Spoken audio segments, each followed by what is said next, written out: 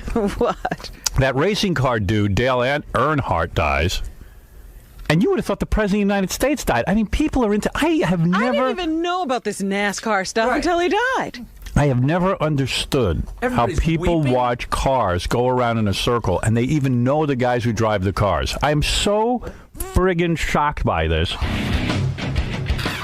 Got into NASCAR back in 1990. Because it got really big on TV. Growing up as a kid, you would see it on TV. It wasn't that, didn't get that much exposure in the 60s and 70s. So you would see it occasionally on TV. I liked it. I would watch it, whatever I could. And then the late 80s, when they started getting a lot of coverage on cable, is really when I got into it. Anything with speed, I'm into. Snowmobiling, jet skiing. I've owned them all. I've owned jet skis, I've owned snowmobiles. Racing go-karts. With my son, we used to race out in Long Island. Anything with speed, but I got to be in control of it. That's the problem. If I'm not in control, I'm not happy. These guys are out there pretty much risking their lives. I mean, they're going, 150, 200 miles an hour almost every week, and they're banging into each other, and they're banging off walls, and it was just like a reckless abandon that these guys didn't seem to care that they can die.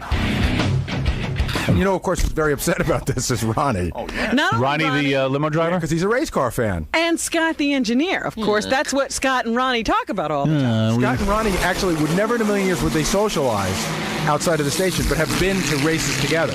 We both didn't realize we were into it until we started, one day we started talking about this thing. Did you see that race? I said, yeah, I'm into that racing stuff. Are you, This dude has a NASCAR credit card. What? Tell everyone about that. What? Who? Mike better shut his mouth, because, Do you have a NASCAR credit card? Yes, I do. What does it have on it, a car? No, it's got a picture of one of the drivers, okay? Oh, my goodness. Which one? Oh! So, what's that? Actually, I got into the collectible and watching it at the same time because Home Shopping Club and QVC would have these drivers on selling the memorabilia stuff. And I remember my first car that I bought off QVC, actually my wife ordered it for me, was Darrell Waltrip. I guess he's going to race car school this summer. What? So what? Yeah. So what? The race car driving school. We heard you could die that way. You know what the worst part about this is? Scott the engineer's laughing at you. Yeah, well, let him laugh. That's all right. You're going to race car school? Possibly. Dream camp. Possibly. It's a good possibility I might. Did you write a check? What's that? Did you write a check? You're going, right? No, I didn't write a check. No, not yet. What is race car school? It's a dream camp. It's Winston Cup School. Oh, my God. So now you're going on the circuit? No, I'm not going on the circuit. Oh, my God. He's 50 years old. He's going on the circuit. Howard was asking me all kinds of questions about racing and what was my dream. And I said, that I wanted to go to one of these racing schools. And that's all I had to say. We got faxes. The offers. Offers come to Pocono, to Orlando, Talladega, Alabama, and we picked Pocono. So we're going to Pocono. Yeah. It's cool.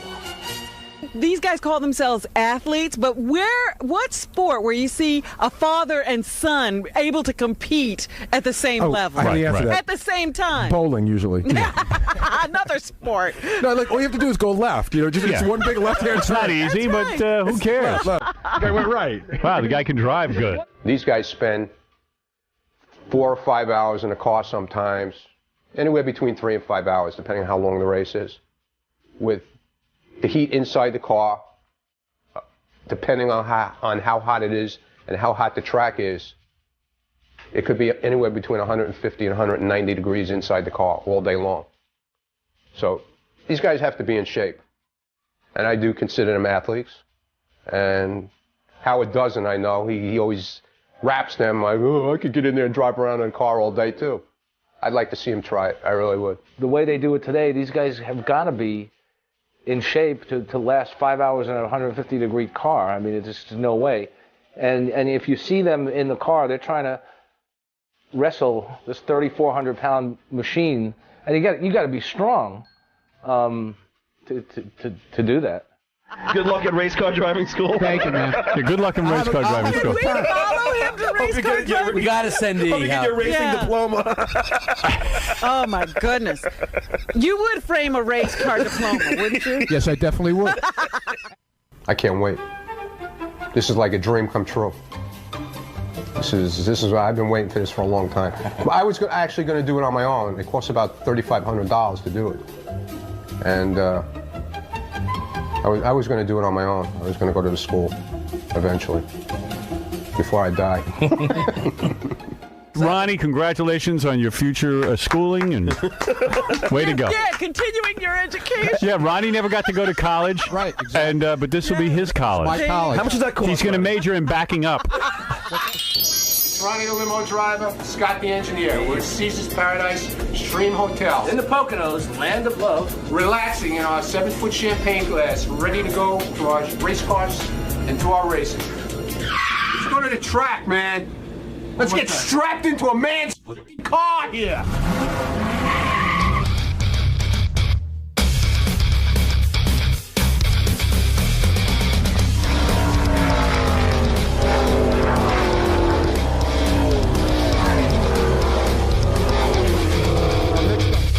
We're here at Stock Car Experience at Pocono Raceway. We're going to take our class. We're going into the cars to race. We're out of here. Good morning, everyone. Welcome to Stock Car Racing Experience. On behalf of everybody at Stock Car Racing Experience, welcome to Pocono Raceway. Hopefully you're all excited. Probably some of you are a little bit nervous. That's fine. We kind of like it that way. First thing we'll go over is our track rules. Now our track rules, number one, is when you get into the race car, the steering wheel will be off. So you get in, slide into the car nice and easy. And once you get your belts on and get your helmet on, you're going to put the steering wheel onto the steering shaft, push it straight on. You're going to hear it make a loud clicking noise. That tells you it's latched. But as a driver, it's your responsibility to just give a pull on that steering wheel to make sure it is latched correctly, because that's the last thing we want is to have the steering wheel come off when you're out on the racetrack. As we go out onto the racetrack now, we're going to follow our instructor out onto the racetrack. We're going to be shifting up through the gears. Like I said, it's a standard H-pattern transmission. And we should use a shift point at about 4,000 to 4,500 RPMs. Right in that range is where you want to shift in the second. If everything goes right, by the middle of turn one is where we're going to get into fourth gear. And if you're worried or nervous about shifting, you only have to do it once. Because once we're in fourth gear, we're going to stay in fourth gear for the rest of our session. We're not going to be downshifting at all when we're on the racetrack. You're going to need to look at the flag stand every lap. The flag stand's located out on the front straightaway out here. The flagman will be up there giving you the hand signals and the flags. There's plenty of time to go down that front straightaway and just glance up and see what he's telling you. If he needs to tell you anything, he's going to have that signal out as you're coming off of turn 3. So whenever you look up, you find out what he's telling you, and you do it. The keys to going fast out there today is always stay in your instructor's tire tracks. The instructor is out there for you. He's doing everything right. He's running the perfect line around the racetrack. Get in behind him, and you're going to be right on line. You see this dotted line going all the way around that whole racetrack? That's what we refer to as the racing line, or the groove. But remember, our best visual reference point of all out there is our instructor, because he's on that line every time. So that's the best visual reference point of all. But in case of a situation where you had a tire go down, you're going to feel an abrupt change in that corner of the race car. It's going to set down in that corner. Don't get alerted. Don't get alarmed. Just calm yourself down. Use as much racetrack as you need to slow the car down gently. Don't do anything real abrupt. Bring it to the bottom of the racetrack. Stop. We'll come out and take care of it. You don't want to drive the car all the way around the racetrack on a flat tire. Everybody too nervous and just want to go home? No, everybody's safe. Okay. Okay. The only thing I'm nervous about, I'm going to be out on the track with you, man. It's the only thing that makes me nervous.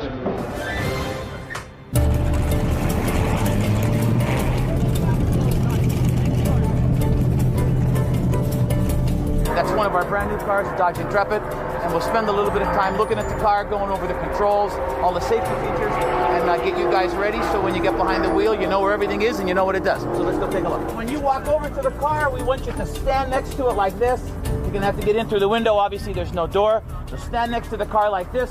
Right leg in first, left leg in second. Sit on this steel plate. That's what it's here for. And watch as you slide yourself in. You don't spear yourself on that steering shaft. So you're going to be excited. But when you get in the car, the first thing you do, push on that brake, back in the seat, and bottom out that clutch. This is standard 5-way harness. I'll go over real quick how it works. These belts have got to be tight. So you got to get them good and snug before you pull out. And your strapper will help you with this if you need a hand. You need to listen for that click. That click means that it's latched. Remember, we got to pull out in first gear. That's the first gear indicator light. That's the alternator light. If that alternator light flickers on as you're pulling out, as the RPMs drop, that means nothing. The tack, the only time you're going to look at that tack is to reference speed 5,000 RPM in fourth gear. Once we've referenced that 5,000 RPM in fourth gear, we're done looking at that tack. Our eyes are forward and to the left, which is where they always are on an oval. The only thing in this car that could take your focus from the racetrack and in the car, that's the low oil pressure warning light. If that light comes on, shut it down, up into neutral, coast the car down to the bottom, and we'll come out and get you. Put the steering wheel on with the big opening on the top. And when you put this wheel on, just like you listen for your harness to click, you need to hear that click as well. You don't want that wheel coming off when you're out on the racetrack. Give that wheel a tug, make sure that it's latched and you're ready to go. Okay, if something bad happens, and the chances of that are very slim, but we need to go over it as well. If you need to do an exit stage left, if you want to get out of here in a hurry, you just can't jump out this little opening. So you're going to notice that this is a little tight, this is a little confined, that's the way it's got to be. You got to bail out of this car. You got to get that wheel off, you got to get these belts off, you got to get this net down, and you got to get out this window opening. So the sequence to go through, the first thing you want to do, you want to grab this lever, open this up, wiggle forward, and these belts will drop. Get up, get the wheel off, get the wheel up on the dash. Hand out, open the net, drop it forward, and you're out. Here we go, man. We're going to get suited up. We're ready. No more bull. We're just going to race, man. Get out of my way. You guys ready? We're ready. Suited up? Ready as ever going to be. Come on down here. All right.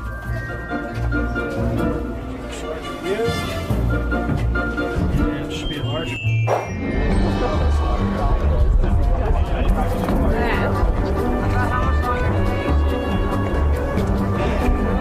Look at us. I got driving gloves. He doesn't. I'm cool, man. We're racers, man. We're ready. Okay, guys, got your helmets, got your suits. No questions? No questions, man. We're ready to go tame Pocono Raceway. Let's do it, man. Let's go. Come on. It's all right. Is it my lifelong dream? You bet you it is, man. I've been waiting for this. I can't tell you for how many years. Almost.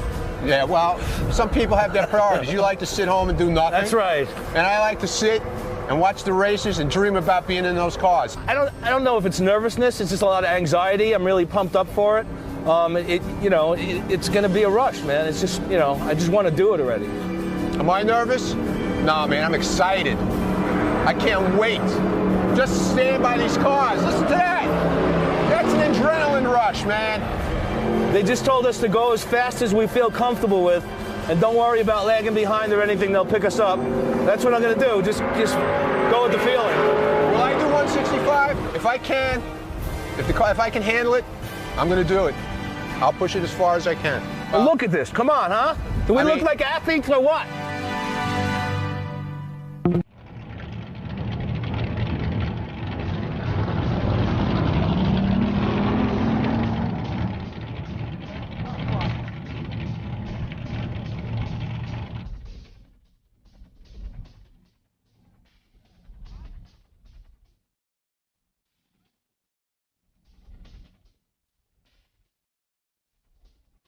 Finally, after all this, we're ready. I have nothing to say anymore, man. We're ready? You psyched? Here we go. Don't even talk. Get in the car. We're pumped.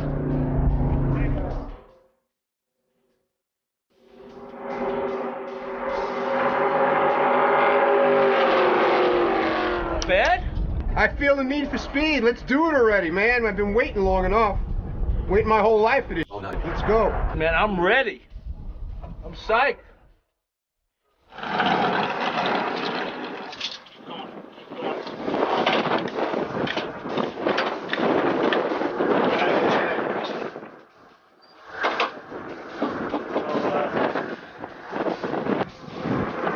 Ready to go, man. How you feel?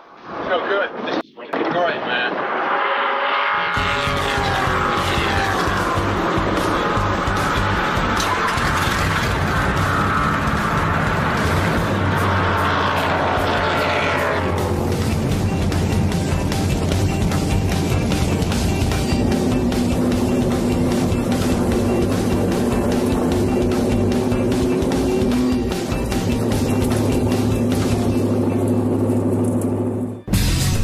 Yeah, coming by for the first lap. Ronnie looks good. He's got the right distance. And Scott's a little bit behind, but not much. Looking good.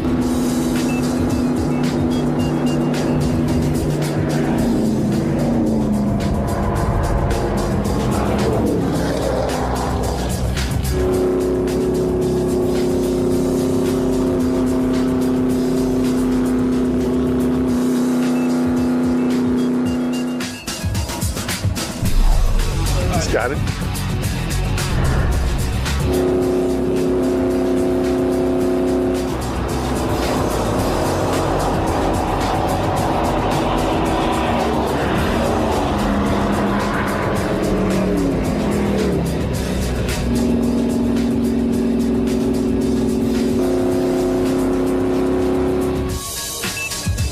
Get that one. We may use that 25. Hold them, keep the fire ready to go.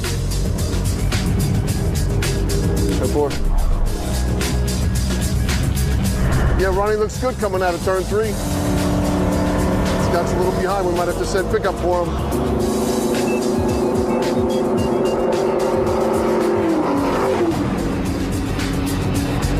Yeah, we'll send a pickup car for Scott next time by.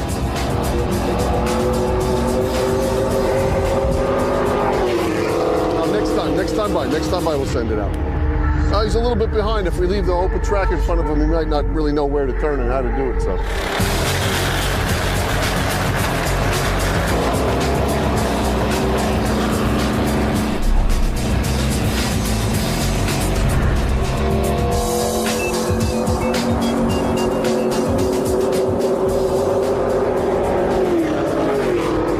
When he comes to the corners, he slows down a little bit. Okay, send that pickup for that yellow car coming out of turn 3.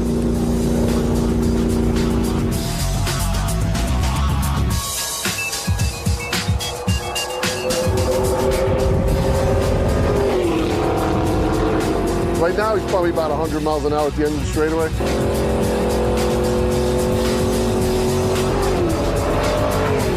It could be going 165 if he wanted to.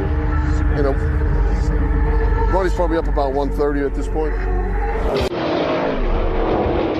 And Ronnie's looking fast, man. He's doing well. He's up to about $145 on that straightaway. Doing good.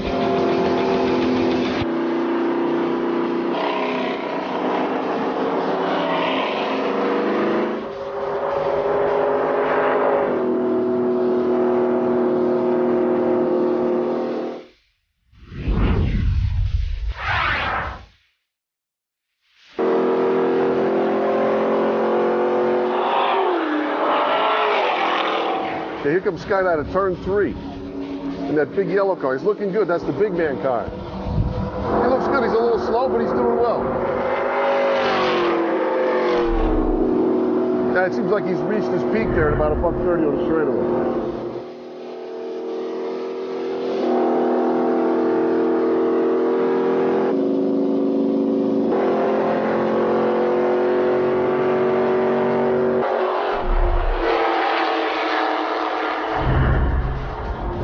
Ronnie's rocking. He's doing good.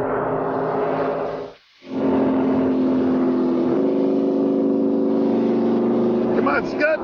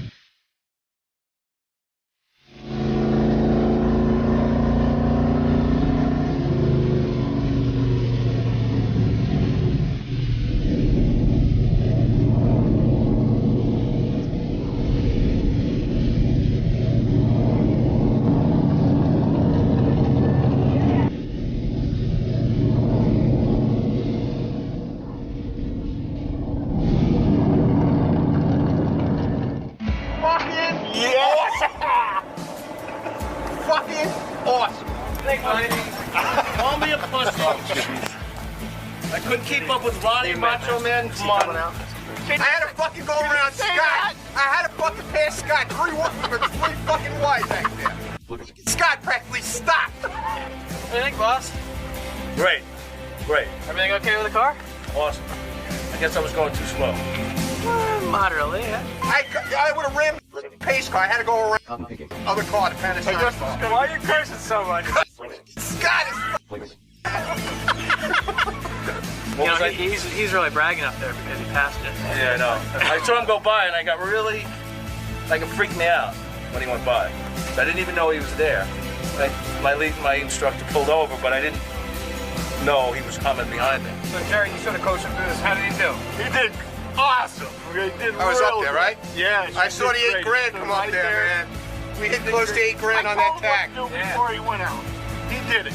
Regardless of going a little slow, how was it? It was totally awesome. I mean, it was just great. Just something you got to experience and get used to. Yeah. Right? Better than you expected? Yeah. I just felt, on the turns, I felt like... Unsure of the car. Unsure. Yeah. At one point in turn one, I felt like I wanted to hit the brake. You know, I never hit the brake, but I just felt like I wanted to hit the brake. But I just kept turning it. Well, you picked up a lot of speed lap after lap. You started out a little slow, but you kept getting faster and faster. I got more comfortable. Did real good. I was doing as comfortable as I felt I could be at this point without driving anymore. He's had a lot of speed. I mean, more experience than I have. He's had some.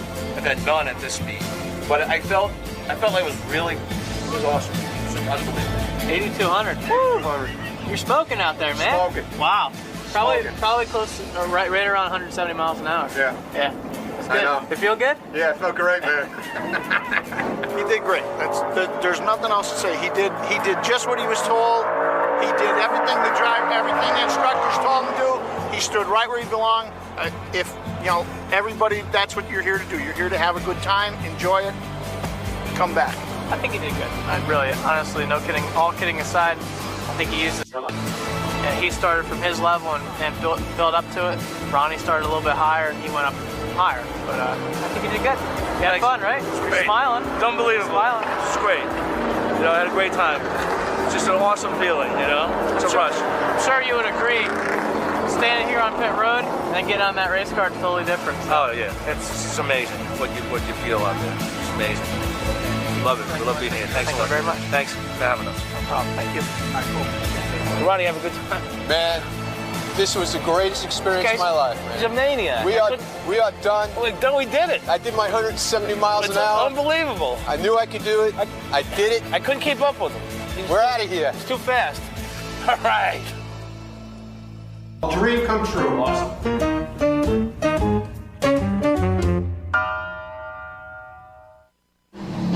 Scott and Ronnie. Ronnie and Scott always talk about race car drivers. It's They're real weird. into it, Two yes. Jews who are totally consumed with race car driving. And Mr. NASCAR. Yeah. So Ronnie's wish was that he could go to racing school, and I guess Scott's also.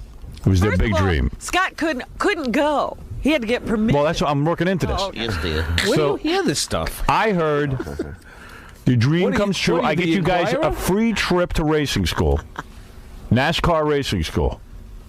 These two guys are going to go down there. Scott has to get permission from his wife. It's absolutely not true. And she told you. Absolutely not true. Ronnie, tell the story. This is true. I got Ronnie. Ronnie. It's absolutely Hold not it, true. Ronnie.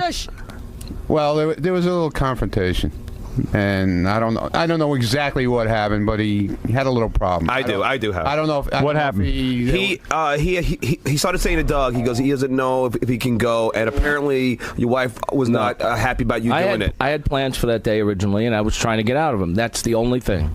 So your wife wasn't bummed that you were going to drive too fast? No. That's what we heard. Oh, wait a second. This is why he's lying, because Ronnie's wife had to call Scott's wife, and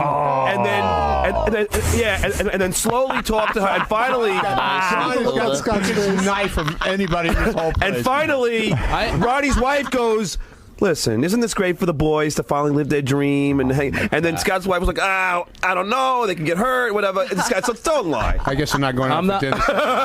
I'm not lying. I'm telling you the truth. Oh, what is he a liar? Are you in my house? Are you there? Are you listening to the phone What about the phone call? I heard it from a good source, trust me. Ronnie, did your wife have Bonnie Mund had to call your wife. Because we had plans, and she called my wife. Yes, dear. to see if we could change the What were plans. your That's all I know. Who'd you have plans with? With Ronnie? Why is she calling you? I was off that week, and we had plans to do stuff. You had to do What? To do what? What did you have to do? We had family plans. I had to rake leaves. I was going to rake the leaves. Should I clean up the basement today or tomorrow? So anyway, he got to get permission to go. I stand by that he had to get permission. yes. No way. I'm standing by that. Well, you could stand by it. But Howard, You know it's true. it was such a big thing to Ronnie because Ronnie was like, "Come on, let's go." Ronnie was so excited that Ronnie had his wife call. Why don't we Yeah. just talk about the school? Ronnie's a dude that has posters of Dale Earnhardt and who's the guy you got in your Ernie Irvin. I got a ton of. He's got a big wheel in his room. He's got a tire. I got His bedroom. I got a full. It's not my bedroom. It's like His race room. A person would have a den and an office. This is my office. In his office, he's got little replica race cars. That's right. I do. And a big Posters. And a big wheel. And what's on your credit card? Ernie Irvin. Ernie Irvin, Oh, my God. the race car driver. That's right. Scott can say what he wants. I come up and down the hall, and Ronnie always says something to me. And Ronnie's like, we're not going to be able to go to racing school because Scott can't go. No, that's not what I said. Yes. I said I was going without him. If he's not going, I'm going. There's a big problem. So anyway, you know what's amazing about the Ronnie? deal was that Scott wasn't allowed to go above 55 miles an hour. No, he was faster than that. He did. 60. What'd he do? I don't know, but I heard you lap him. I don't know how fast. I heard you lapped him. Yeah, I did lap him. I did lap They him. told me I did about 155. Oh, they told Is that true, Ronnie? Doug 'Cause told me he thinks they were being kind. I heard 130, 140. No, I got out of You the could car. do that. You could do that on the Long Island Expressway at 6 in the morning. I got out of the car. They hit the RPM memory, and it was like 7,100. You got to see the videotape of Scott the engineer driving the car. Looks like his head's gonna fall off. I can't wait to show this on TV. I won't deny I was nervous. Yeah. Can I give you a little nuance? Because I saw the tape. There's a tiny little nuance, but you have to look for it. The people are explaining to Ronnie and Scott what's going to happen, how fast they're going to go and everything. Right. Scott immediately lights up a cigarette. The camera goes right in on Scott smoking. Every time the person tells Scott something that's like a little upsetting, like, are you going to be doing 150 miles an hour? Scott sucks the life out of the cigarette. Right. Yeah, he was explaining. It's like a baby. He said to me he was nervous, but How fast did you go? Seriously, what did you clock at? 170 plus. Yeah, so he was not going 155. If you were going 170 and you lapped him. Well, here's the deal. Oh, did it? Oh, wait, look at Scott driving. There's Scott driving on the TV right there in front of you. Look at his face. He looks like he's going to die. You know what? Wait, it gets weirder. Watch his mouth. His mouth starts distorting in a minute. Is that speed? He's sitting and driving. Is that the greatest thing you ever seen? So funny. Yeah. Now there's Ronnie. Ronnie's feet don't touch the pedal. Two old men. He's screaming. Ronnie starts screaming and cursing while he's driving. Yeah, that's because I almost hit Scott. Scott wouldn't get out of Scott was in the middle of the track. That's how he drives the limo. Yesterday, I had to go out to Long Island to see the kids. It was sort of unexpected, So Ronnie took me out there, and then he takes me back. Holy mackerel! By 4 o'clock in the afternoon, this guy driving. I thought I was going to roll out the car. He was hitting that brake. Guys are cutting him off. He's giving the finger. He's a maniac. You and that guy, the guy in the white truck. I thought you guys were going to kill each other. The guy in the white truck on the way back in. You guys almost went into the same lane. You were cutting each other off. You were going berserk. Road rage yesterday. You had the road rage going, man. What Oh guy my! in a white Get out! truck? He doesn't even know what he's doing. He had that on the worst truck too. That was the guy in the cab you were talking about. The guy in the park. We were going through the park. No, that guy too. Yeah, well, he was in the road. He was practically running into the side of us. So I'm going to let him run into the side of us. All right. Hey, listen, you were happy. You said we got back in record. We did. I love when he drives now me. racing You were happy. on the Long I got a Island NASCAR driver driving me home. I get home like a rocket. He was like that on the track too. He's like, He's crazy. That's what I told my wife. I said, you don't want to be in the car with me after today. Right. When I came back from that place, I was like totally pumped. You were, right? Why? Because you drove so fast. Yeah, Did you ever drive that fast in your Let me life? tell you something. That was the greatest experience of my life. He loved it. It was. The adrenaline was so. You I was love so it. pumped when I came out of that car. I could have picked the car up and turned it over, probably. How many laps do you do? I did 10 laps, and then I went out and did 3 camera laps with Scott DePace. Right. He shot me driving around the track. And then I think I went out. I did either another 8 or 10 laps after that. The people were great. They were. So Let me understand nice something. So when I'm watching you drive there, isn't that a steel-mounted camera, or is that a guy sitting there? No, it's an in-car camera. It's an in-car camera. Yeah, Scott and Dan put that in for me. It's a friggin' weird camera angle, man. Those guys look like they're dead. Well, the other thing that's weird is, are you guys wearing some sort of neck brace? Yeah. Because their necks don't move. So Yeah, right. So they put is you that in it? the car like When that. they strap you into that car, it's like you can't move. It's unbelievable. So when you go, so that's the fastest you've ever driven a car, right? Yeah. And what did the guy say about you? Did he say you're a good driver? I said I was great. I should come back and do the advanced course. Really? Oh, there's an advanced course. What does that mean? You could be a driving. professional race car driver? Well, basically the advanced course now is you get back on the track with your instructor, and he teaches you how to pass them in the turns and all that nonsense. Did they say that to Scott, that he should be in the advanced? No. There's no way. No. Scott didn't pass. I wet myself. My suit was all wet. I don't understand it. Scott Was it? passed water. I was really happy. It was a lot of fun. Yeah. There he is on the TV again. Yeah, we definitely got to thank the people at Stock Car Experience. Man. They were really nice to us. Unbelievable. Why did Scott even want to do it, though, Howard, if he wasn't going to take advantage of it? No, of course I took advantage of it. I wanted to get in one of those cars and see what it felt like. If you don't say I did 150, they told me that. Well, no, this is what I heard. This is What are they saying he really did? They're saying between 130 and 140. Doug? They told me a See, what different happens story. if you're going too slow. Is it hard to take the turn? No, what the thing is with those It's cars, nervous. the faster you go, the better the car handles. The What do you slower sign? A go- whole bunch of waivers in case you flip your car and die? The slower you go, the more you got to turn the car yourself. Right. The faster you go, the car just glides through the turns, basically. Centrifugal force. So Beautiful, did man. Scott have a lot of work, is what you're saying? Yeah. He need more work for him. Did your arms hurt afterwards, Scott? What? Yeah. Yeah. Actually, I was probably doing it wrong, I had such tunnel vision in the car. I just wanted to do what they told me to do.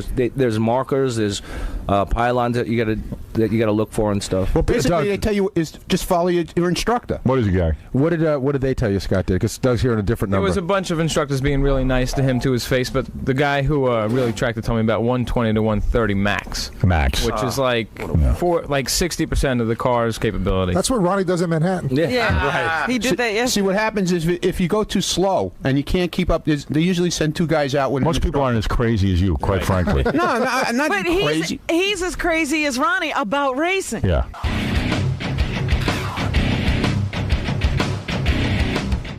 Scott the engineer and Ronnie, if you remember earlier back in the show, went to race car school together. And because Ronnie, I guess, goofed on Scott about the race car driving, Scott's now blown his lid and canceled dinner with Ronnie tonight. They were supposed to go with the wives. Yes, apparently they had struck up a friendship as a result Now it's of over. this whole thing. Scott is miserable. He's yelling back Why there. is he mad at you? What did you do? He feels I guess I betrayed him, but how? What did you do? I don't even know what you did. I don't know. I don't know what I did. I'm all messed up here. No, you're all upset. I'm all upset, man. Are you upset? Yeah, because I mean, we were supposed to go to dinner Saturday night. And now he says.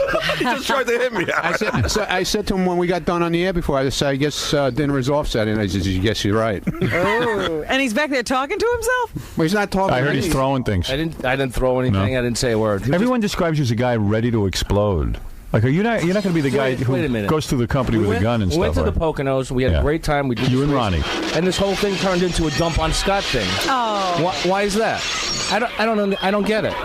Well, he thought it was funny The that idea your is to wife, try your and get wife me had. pissed off in here. No, not to get you pissed off. It was fun. You got to admit it's funny that his wife, Bonnie Mund, right, had to call your wife and convince her that it's okay for you to go away. But I don't know where they got the idea that I couldn't go. That was the idea. Why Everybody- were they on the phone Doug, together? wasn't it Yeah. Scott couldn't go? What's the big deal? Admit it. Here's the deal. He was going, everything was smooth sailing up until like 2 days before, and all of a sudden these plans came up, and word came down that the wives were involved, or his wife was involved with... Same reason he can't go to scores. Yeah, it's crazy. I mean, just admit it. Why don't you admit it? So what did Ronnie do wrong? There's nothing to admit. Yeah, but You don't think that you were so gung-ho, and is he lying? No, he's not lying. So? Then why are you upset with him? About my wife? No. She was worried that, something would go wrong, but she didn't want you to die in a She car. was afraid something was going to happen. Right. So then why? Yeah. But it wasn't that I couldn't go. That's not true. So I said, why don't I have my wife call and talk to her and say, listen, So now she feels set up. Oh, I see. That she was played for a fool. I see. She wasn't playing for a fool. She was setting just, up It's such your a wife. terrible thing that she was worried about you? She was just trying to explain to her. Well, that, I agree. I don't understand it. Yeah, the one thing I don't understand is why your wife's worried about you. If I was her, I'd want to get rid of you. But Sure, you will not let you go. Yeah. So Scott, was she pissed off that you went? So what's the crime here? That your wife cared enough about you going away, and now you're mad at Ronnie? Nothing wrong with that. That's a nice thing. He's mad at everybody. You're just mad. Mad at everybody. Ronnie's wife didn't set up your wife. She called her and she sort of said to her, "Hey, it's a good thing. Let the guys go." Yeah, I mean, it it's seems something like your wife understood it. it's It's not like something a setup. I know what Ronnie was trying to do. He wanted me to go, and I wanted to go, and he was just trying to. Did you feel he blabbed around the station? Here's what happened. You really want to know what happened? Yeah. After you talked about me and you talked on the air about Dale Earnhardt and everything, and then the schools contacted us. They contacted you. Right. You were nice enough to turn it over to me. Right. They wanted me to come to the school. Okay. Right. He said to me, "Come on, man, you got to get me in on this. I want to go." Right. All right. Right. So I got him in on it, and he was able to go. Right. So now. So you put him. So he put So you then- out and by then- making and- sure that you had to go ask him for another slot.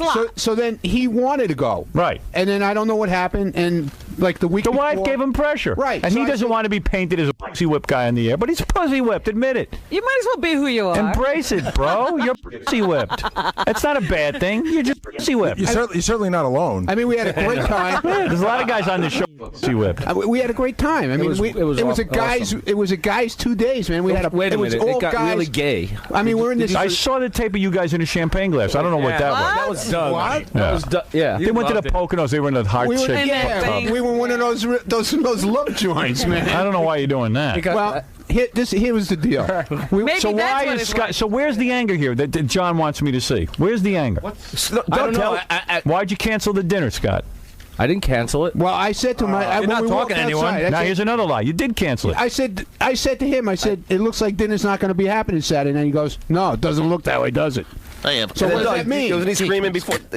He was Obviously, his wife probably won't want to talk to my wife because she thought she set her up. Oh, I don't see how it's a setup. That's definite. His fuse is Well, lit, then, man. so there's no dinner. That's a setup? No, I felt like we all went to the Poconos. There's problems there, man. Then there's a lot of problems. what was he screaming There's no about? problems. My wife is great. She was concerned There's a about my problem. safety. What's so big deal? And I was concerned about my safety. That's why I didn't go as fast as him. Yeah, but that's got nothing to do with it, man. You went didn't go fast 'cause he 55. was You went the allowed. speed So why limit. don't you want to go to dinner with Ronnie?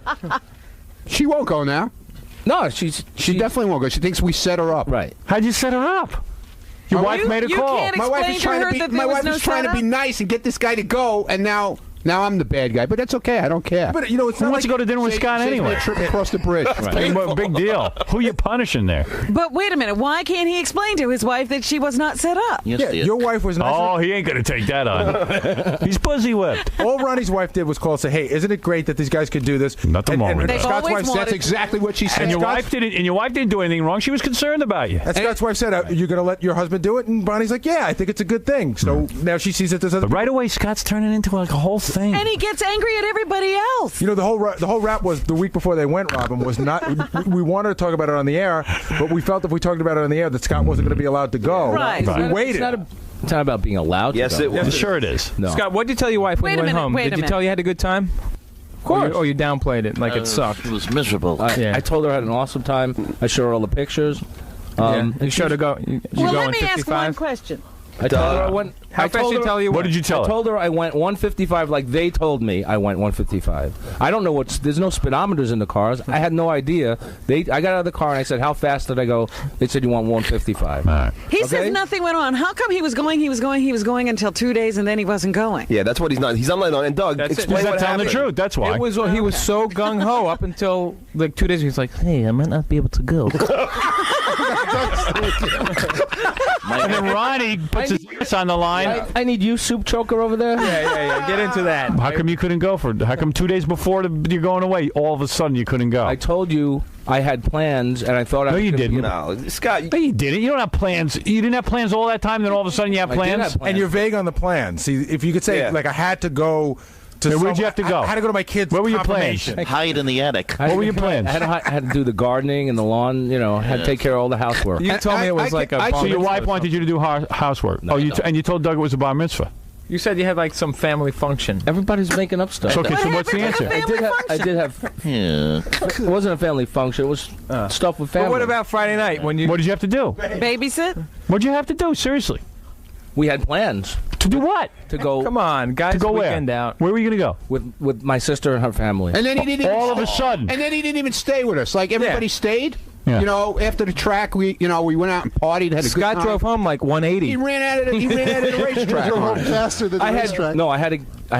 Dude, I had people coming over Saturday morning, so I had to get home. I was home Saturday morning.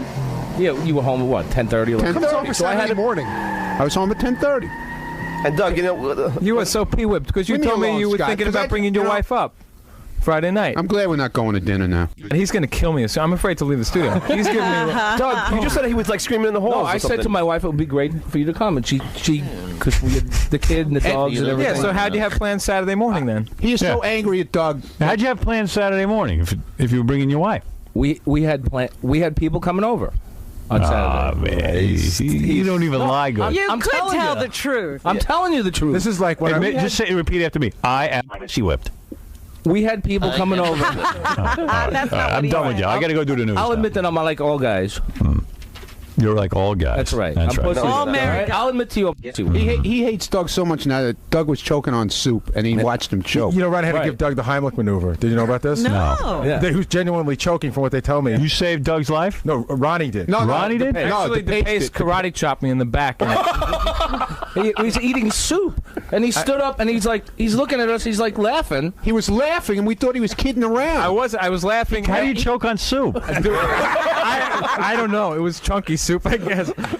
I was eating soup, and I wasn't chewing because it was soft, and all of a sudden I took a swallow, and there was a big chunk of potato that got lodged in my throat, so I coughed it up, and as I coughed it up, it really got lodged. So I grabbed Ronnie, And he's laughing. And I'm like, He was laughing. I started smiling because he was embarrassing. Yeah, so I'm like, Ronnie, I'm choking, and I'm going, and then, yeah, right. Like, This guy kept on eating. And I kid around with Ronnie all the time, so he's like, shut the F up. Oh, that would have been funny if he died. God. So then everyone's like, realize that they start panicking as I'm panicking, standing up, like turning bright red. So like Ronnie's chopping me in the stomach. And no one ever remembers the Heimlich maneuver. No, and DePace comes up and just gives me a whack in the back, and it came up. Wow. It was pretty scary. But you know what? You know why that happened? Is because I was on there. my right was Ronnie, on my left was Scott with the black cloud over his head. The cloud extended over my head. I knew that was coming. I never eat in front of Scott. There we go. You want to hear something? Oh, yeah, funny? yeah. The black cloud continues. You want to talk about black clouds? Yeah.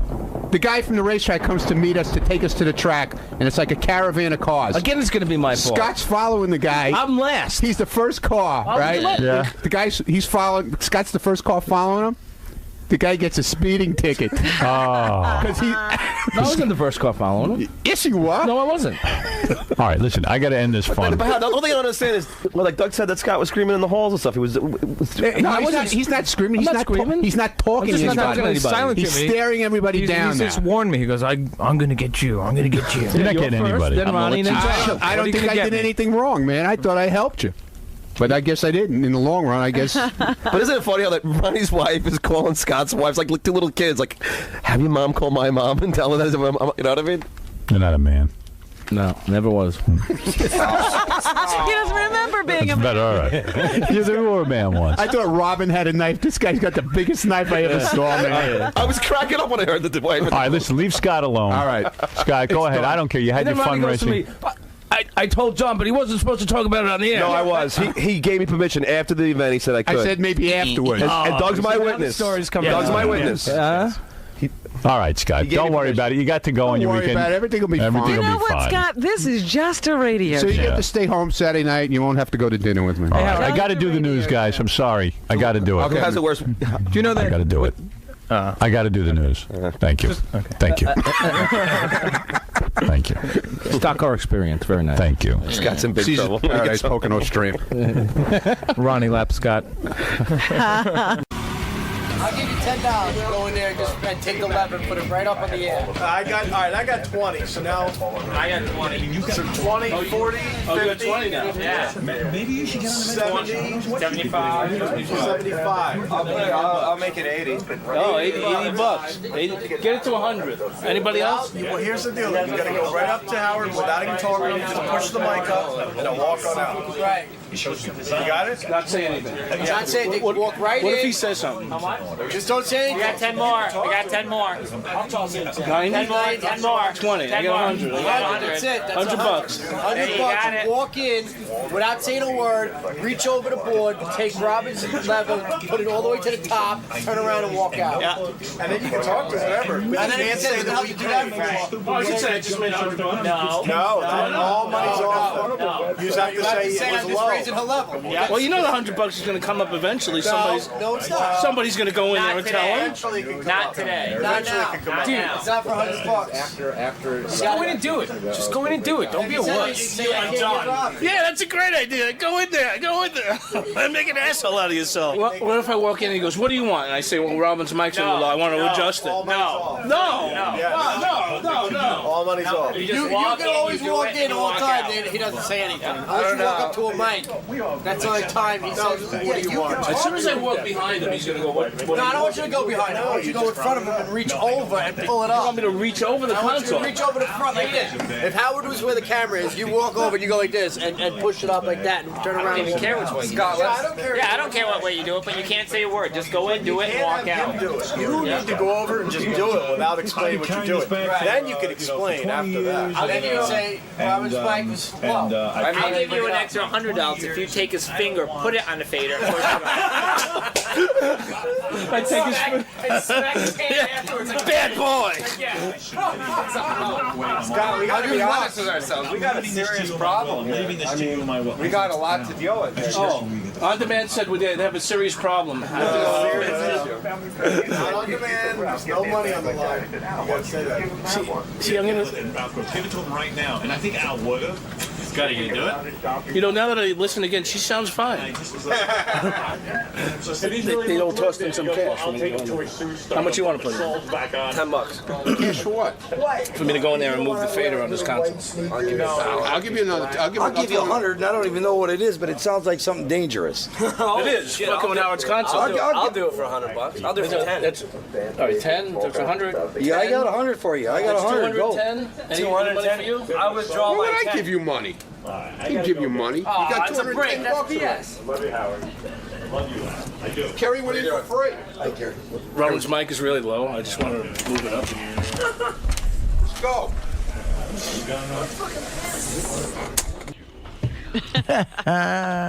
What is it? Robin sounded really low. Yeah. I just wanted to bring it up. Robin sounds low. Yeah. When do you ever come in and tell me Robin sounds low? Problem. There's no problem. Okay. I got Robin all the way potted up. It was. Well, she's as high as I am.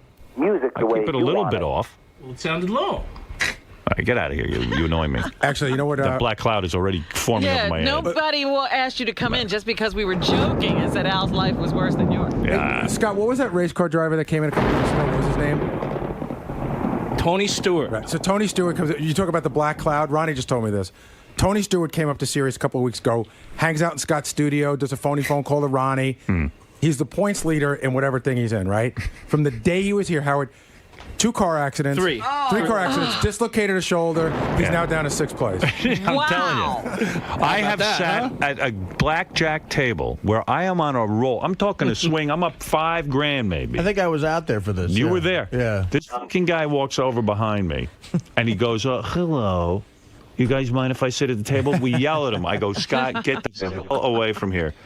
After that, bam. All luck gone, money gone, everything. And I just get up disgusted and I leave. Well, did Scott ever tell you about his grandparents' trip to Pearl Harbor on December 6, 1941? Yeah, we've all heard about that. It changed the course of history, that trip. Scott should go to work in Las Vegas. Sometimes they need a cooler to go walk by people. He would be perfect. Can you imagine Scott's mother, when he was a young boy, said to him, you have a black cloud over your head?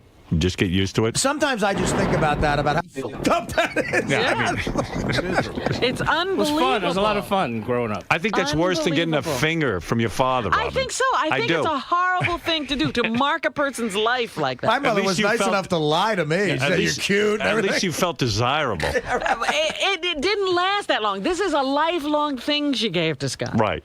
When we were in Vegas, Brian Phelan, ladies there were and about gentlemen. 5 of us that put money in $100 each into the slot machine, and we were winning. He didn't want to be a part of it. The second he becomes a part of it, we lose. Wow. We all lose. Because I won. No, we won once after that. No, we did. Yeah, We won yeah. a ton. You're full of crap, man. You're a mush. I won You're a mush. One day at the Hard Rock. The greatest thing is going on right now. Sal's behind Scott with a big black cloud drawing over it. Scott, look up. Here's your black cloud. He's an asshole. I don't have to pay attention to him. Where does he get that stick that he annoys everybody with? Sal, you know what it is? It's that big stick.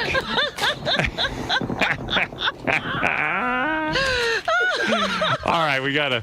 Oh, what is it? What is it, Ralph? Come on, you had enough airtime. I forgot my sign off. Go ahead. Bye for now. All right, thank you. I like douchebag out. Douchebag out. Yeah, what happened to that? All right, we're gonna take a break. Got to do that, and we'll be back after this. $210. No way. See, I did it. Hey, well, look at that. I'm not gonna take it. You got it. I mean, you did it. You weren't supposed to. I didn't hear any. There was no technicalities involved in, is he going to talk? Is he not going to talk? I didn't hear that part. No, but I grabbed the mic though. No, we said you could not say a word to him. You had to walk in, touch it, and walk out. We all know. I will give you half because you did something. Technically, yeah, I'll give you half. You lost, but I'll give you half. you lost. I withdrew. I ain't paying you shit. Look at him. You did it wrong. This is like the push-up challenge. You didn't do it Yeah, right. that's my money. I give him half. You but didn't no. do it right. I withdrew my fader and I moved it up. No, we said you cannot say a word going in nor going out. I'm not. I don't want to take the. I made the bet. I ain't going to Welsh on the bet. I don't want to take. If these guys are. You did it. I say he gets the money. He did what he was supposed to do. No way. Give his money back. Scott, you went in. You did what you were. You touched the thing. That's it. I think you should. I think it sounds low. So split it with your intern, no? Del Fresco's full lunch, everybody. What was the bet? I think you half-assed it. And that's There you go again. Give the guy's money back. I reached it. I put the fader. I say the guy earned it. Yeah? He earned it. Hey, listen, we made a bet on, he won. That's it. Scott, you weren't supposed to talk to Howard, though. You were supposed to just go and touch it. Well, he asked me a question. That wasn't the deal. He's coming the money in his pocket. Look at him. No, I'm not. It's right here in my hand. Yeah, everybody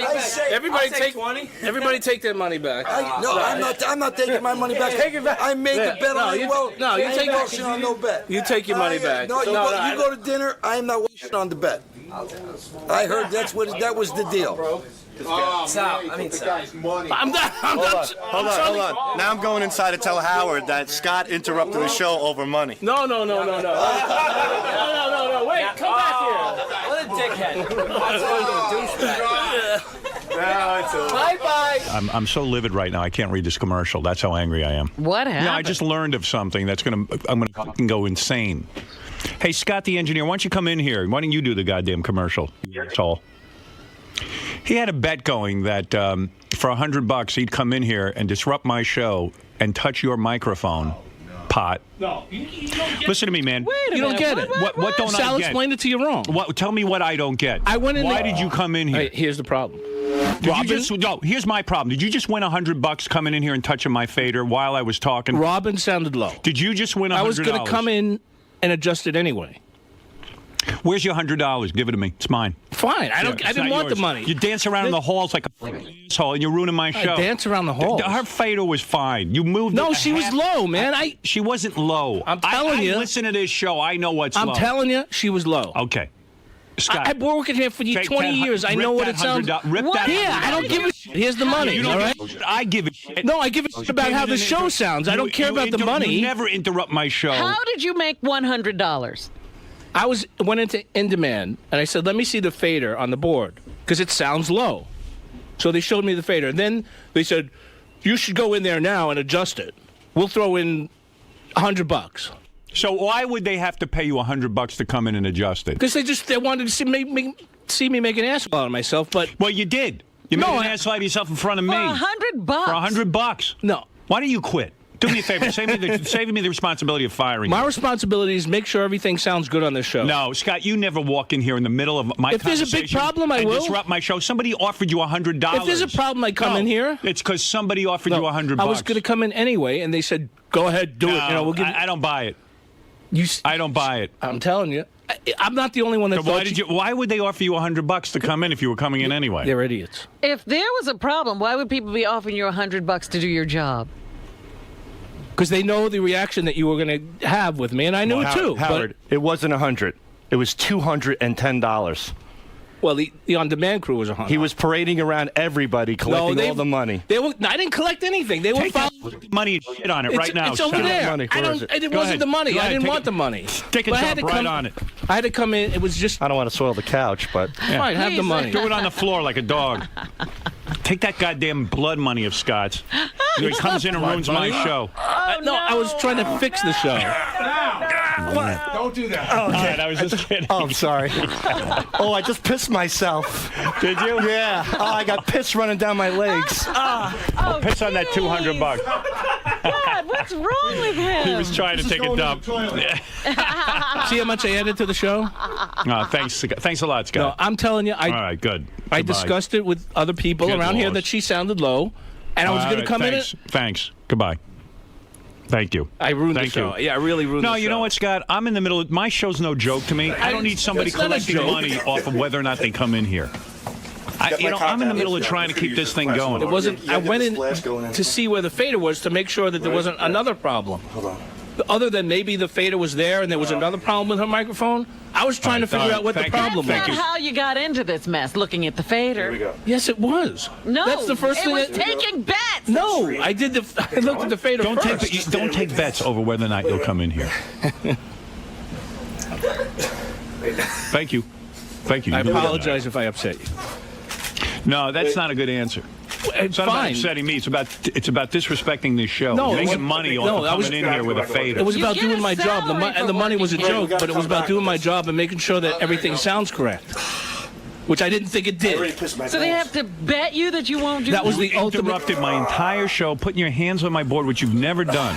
I've done that before. No, only if I call for you. No, I've adjusted things during the show before when I've been in here. During a musical performance, maybe. Thank you. When I think something's wrong, then I'm going to try and get it fixed. Yeah, okay, good. Thanks, Speedy Gonzalez.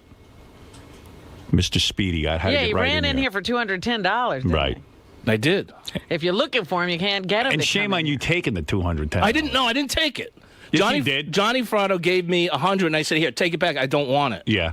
I don't want it. Take it back. He wouldn't take it back. What was that $100 you just collected? That was $100. What were you dancing around in the halls? That was his $100. I wanted to give it back to him. It's in your pocket. How did you give it back to him? It was in my hand. He wouldn't take it back. Do me a favor. Don't interrupt my show with your bets, okay? Don't bet on my show. I'll never come in again. Black cloud all over the place. Always selling out for like $2. Sell his own mother down the river. We were going to give him $250,000, right? For this yeah. Wouldn't do that. That he couldn't do. Yeah, but you can buy him for $200. I knew something was weird when he came in here and starts touching that was it. odd. And he's playing with it and he's touching it. And I knew something was up. I did. What happened, Howard? I missed it. I'm not going to go through it all again, Artie. I'm dying to know what he did. He collected a $200 bet that he'd come in here and touch my fader while I was working. Really? Yeah. Howard, you realize that while this all went on, Artie was at the deli. I know. Right. I was going to say, Artie must have had a lunch break. Wait, $200 for touching something in there? That's kind of creepy. It's really creepy. Yeah, Jesus. I got to trust the guys I work with. You believe this guy? Do you believe this guy? That's funny. I mean, it's funny in a weird something way. out there. Oh, it's hysterical. What is somebody doing betting him and giving him money Who for bet doing him that? it? Do we know? Who dat? Who did? The Pace was definitely the ringleader of the betting. Yeah. That's the inventor of the video caddy. Yes. Yeah, okay. Thanks. There you go. That's what I think you bet, Scott. scumbag, messing up the show. How dare you? How dare you screw up the greatest show ever in the history of radio? Hi, my name's Johnny Fratto. I'm Casey Armstrong's boss. Casey is missing in action today, so it's too bad he's not here because now he's really going to fucking get it. I got some great stories about Casey, and I got some good stories for Howard about my father. I grew up in the life, you know. I know he likes that, so let's see what happens. You know who's here? Casey, who used to work on the show, his boss is here, Johnny Fratto. Yeah, we've heard this name. I've never met this guy. Casey said you should have Johnny on because his dad used to be in the mob, and he grew up around the mob, and he's got good mob stories. And there he is. There's the guy. That's Johnny Fratto. That's the man. Right there. Good-looking man. Hey, Johnny. Hi, how are you? What do you say, brother? I thought he was good. Arab or something. How'd you get so brown? Hey, you're all tan. I live in Beverly Hills, so I got the top down, and that's it. Johnny, you employ Casey, who used to work with us. What does he do for you? My son has a thing called Beverly Hills Angels. Right. And that's kind of like hot girls on motorcycles. I see. Casey and my son got together. They're roommates. So as they were building... He's roommates with Casey? My son is roommates. Is Casey contributing anything to the... My son's out here. Of the house? Bring the son in. Oh, no. Bring the son in.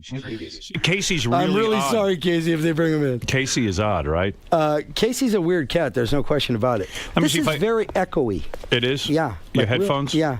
Hey, guys, Scott, now you can come in. Oh, I can... Is it all right now? Yeah. Scott, do you have a bet with someone you can fix the headphoons? Yeah, now you can make your money. Oh, hey, Artie, how you doing? How you doing, Johnny? I didn't see him back there. Yeah, I hung out with these guys in L.A. They're nice guys. What's your son's name? Johnny Jr. Johnny Jr. Johnny. Oh, so it's easy to remember. You're both Johnny. Yeah, we're Johnny and Johnny. Scott, these guys say they're echoey. It is Are a you little echoey? A little bit, but no, it's not bad. Go like this. There you go. It's fine. Better? Yeah. Better. All right. Sorry, guys. I can't tell you what's going on around here. Did you hear what he said before you walked in here? No. Oh. You live with KC, right? Oh, yeah. And Casey's fucking strange. It goes beyond strange, yeah. Let me understand this. You're in business with KC. You shoot pinup girls or something? Yeah, basically, me and Casey just go out at night and we, scour the city for hot girls. No, wait, they go out at night looking for the girls for the Beverly Hills Angels. Right. Now, the only bad part of what are the Beverly Hills Angels? They're hot girls. It's like supermodels on choppers, basically. Okay. Now, somebody takes a picture of this. Is it a calendar? How does this work into money? Well, we're doing a calendar and video. Basically, it's for our clothing line too because we have the Beverly Hills Angels and Beverly Hills Choppers clothing lines. And so I heard that Casey goes out and scouts for hot chicks for you, and you guys pay him for that, which seems like a great job. Except he even fucks that up because he fucks all the girls. Yeah, he. No. You know the best. That's not even as bad as Casey actually will come to me and sit down with me and say, boss, I've been working. I mean, last night I didn't get home until 2:30 in the morning, 3:30 in the morning. I'm out working. I mean, get the fuck out of here. I mean, you're what? You're going to clubs. Yeah, that's going to what he clubs does. and having sex. So then he'll tell me, he said, I spent a lot of extra money last night. We got to put some more money on there because I spent a lot of extra, and I'll say, what are you paying him for this job? Well, I mean, I don't want to say that. Come on. He gets the basically. He doesn't have any bills. Let's just say that. Right. You take care of everything. Well, I mean, but he's got some money and he's got. But let me just say something. Casey wants to eat steak for dinner. Oh yeah. How's he pay for that? We pay him. We pay him. Yeah. He gets a paycheck. And does he go to a supermarket, or you guys just make sure the house is stocked with everything Casey needs? Listen, there's things. Johnny has a ton of video equipment, a ton of very valuable things in the house. And he called me up the other day and he said, "Dad, this is the weirdest fucking thing in the whole world." No, I go home, my whole computer is taken apart. Every remote I have, like the ones that go to like all the TVs, they're all in different rooms, and the batteries and the parts that come off, like they're all in different rooms. Like all my shit's taken apart. Tell me about the wastebasket. Like the weirdest shit is missing from my house. Like nothing valuable is missing. It's like my garbage can is missing. Do you confront him? Do you say? Yeah, I say, what happened to my garbage can? He's like, I don't know, bro. I know I haven't Casey. wedged the door open. I haven't. See. Well, wait a second. I know Casey's got some weird. Let me get him on the phone. Hold on. Hey, Casey. I'll see that. Look what you did. Casey. Oh, great. For years you fooled me. I always thought you were normal. Jesus Christ. Yeah, I love you guys, too. Wait, Casey, let me talk here for a second. Yeah. I never knew how whacked out of your skull you were. Yeah. Because you always seemed normal to me. You could hold it together. And then everything... I'm a great actor. Yeah, and then everything just fell apart. I want you to come clean now, because I know it's hard for you. What happened to the garbage pail? What do you do with it? Yeah, where is the fucking garbage can? Where is it? Let him answer. I bought a new garbage can. What happened to the old one was I went out and, I was going to empty the garbage can. And Johnny Jr. takes the keys that you have to get downstairs to empty the trash. So I locked myself out, and I had to be somewhere. So what I did was I put the garbage can next to the dumpster, and then somebody stole it. I don't even know if I believe that. Because Casey was supposed to be here today, and then all of a sudden he'll call you and go, I missed my plane, or I'm on a holdover. Yeah, I told Casey, and then you find out never get to the airport. But then you find out he never even tried to go to the airport, but he lies to you and tells you. What are you talking about? That's Gary said. Gary said there's something. Yeah, listen. Because Johnny Jr. told me that you told him that you got stuck on a layover, but you told me I had a layover. Where? In San Diego. Where are you now? I'm home. Well, how are you home if you were stuck in San Diego? Call him Christine Calhoun. KC stands for Christine Calhoun. It was Karen Carpenter. I changed it now. It's true. Everybody gets mad at me. This guy, he makes up girl names for my initials. See, I was thinking. The garbage pail was talking to KC. Right, and he had to get rid of it. It was evil. Yeah, it was evil, and he stabbed it to death. You know what's really weird is he actually says shit like that. Shut up, I am not a What did he kill say? you. No, he actually says shit like that to me, and every time I come into my house, he has this little tiny T-ball bat that he carries around with him, and he refuses to let it leave his side ever. And I'm like, it's Casey, my lucky bat. who is coming after you? You know? Right. And every time I walk in, he looks surprised, and he has it in his hand like this. I'm scared to walk in sometimes. He's going to hit you with it. Well, he wouldn't. I don't think he'd ever hit me, but he's always startled. Whenever I walk in, he's startled. Casey, that you're so startled. What is it you think's going to happen when Johnny Jr. walks in and you got a baseball bat in your hand? I don't know. I carried it. I sleep with it. I have it in my car. I carry it back. But why are you startled when he who lives there walks in? Anybody, because he sneaks up on me. I don't know. He didn't fucking sneak up. I find him sleeping, and I come in, and you can't wake him up. I find him sleeping in front of my refrigerator, face down on the floor. I'm kicking the shit out of him. I'm going, Casey, I thought he was dead, and all of a sudden he goes, oh my God, bro, what are you doing? The other day, he tells me he keeps getting lost. Now he's sleeping now. It's one street to get from the Valley to Beverly Hills. So I said, Casey, I got lost going to the airport. Casey, how could you get? We got him a TomTom navigation. You know those little navigation things. I'm telling you, there's something going on. He doesn't. No, but Casey, this tells you turn left, turn right. It tells you what to do. Casey, tell me the real reason you take apart every electronic device that Johnny Jr. owns. All the remotes. Tell me the real reason. Tell me the real reason. You guys are talking like I'm some kind of tweaker or something like that. I'm not. I just want it to work better. What do you mean? You're fixing the computer? Sony knows how to fucking make it work better. Yeah, Sony developed a channel changer, a remote control channel changer. You're going to improve it. See, but Casey's saying what he means by a tweaker. People who are on speed and crystal meth all the time to keep themselves occupied, they take shit apart. They don't know what to do with themselves. So sometimes if there's no explanation for shit being taken apart and put back together, that's it. Like a meth head will be up for 2 weeks and just doing shit. Yeah. Right, so let me ask you something, Marty. Why is KC then taking things apart and putting them back together? Well, that's what he just mentioned, tweaker. I mean, I don't know. We didn't mention it. He brought it up. Casey, are you a tweaker? Be honest. I'm not a tweaker, and I'll send a drug test over there. I don't do drugs. All right, why are you taking apart a pan? Listen, you know how intelligent you are. You have like a 730. He took his whole computer apart. I mean, the whole fucking computer. There's 1,000 pieces in the middle of the living room. What was going on? And come clean. I swear to you, what I can do I can build a computer. I'm like genius when it comes you to can't. this stuff. Well, why is it still apart? Is it Yeah, still but apart? Apple already built it. Why do you need to rebuild it? I'm telling you, he's lying right now. I'm not lying. Why did doing you? the DVD, Howard? I learned everything about computers because I failed in every way. So what I did was I can build a computer now. I know the process. Isn't it true you're afraid that they are all recording devices and someone's recording you? It's not. It's all right. It hasn't not crossed my mind, but it's kind of like. What? Maybe. I mean, it's not anything. All right, there might be somewhere, maybe not in the computer, but there might be some of that.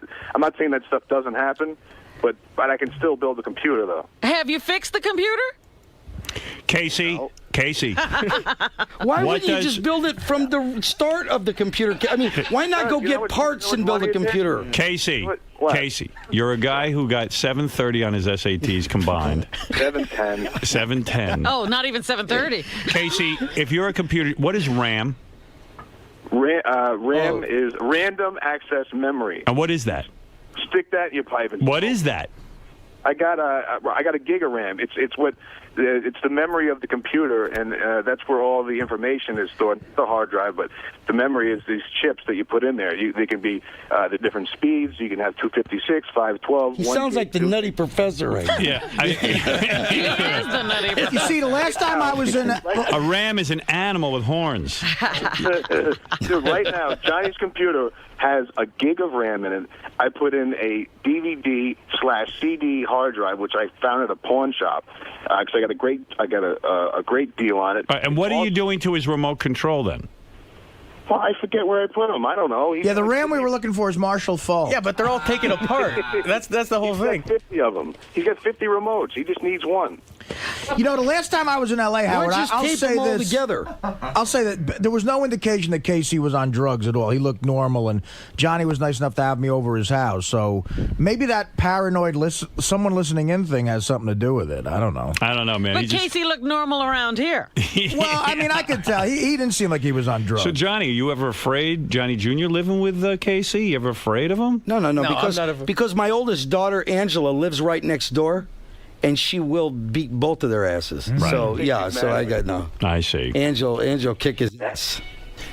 What is it, Ralph? Hey, now. Hey, Casey, I love you, but come on. Listen, first of all, even I don't believe you could build the computer. Why would you want to build a computer? Why would you want to build something that exists already? Yeah. No, because I make it better. You know how, He's Bill Gates Jr. Right. Yeah, you know when a computer runs real slow and it's annoying and stuff like that. Right. I need it for my project. So you need it to run faster. Ask Casey about his modeling job. Why did you finish it? Why is it like all in pieces all over the apartment?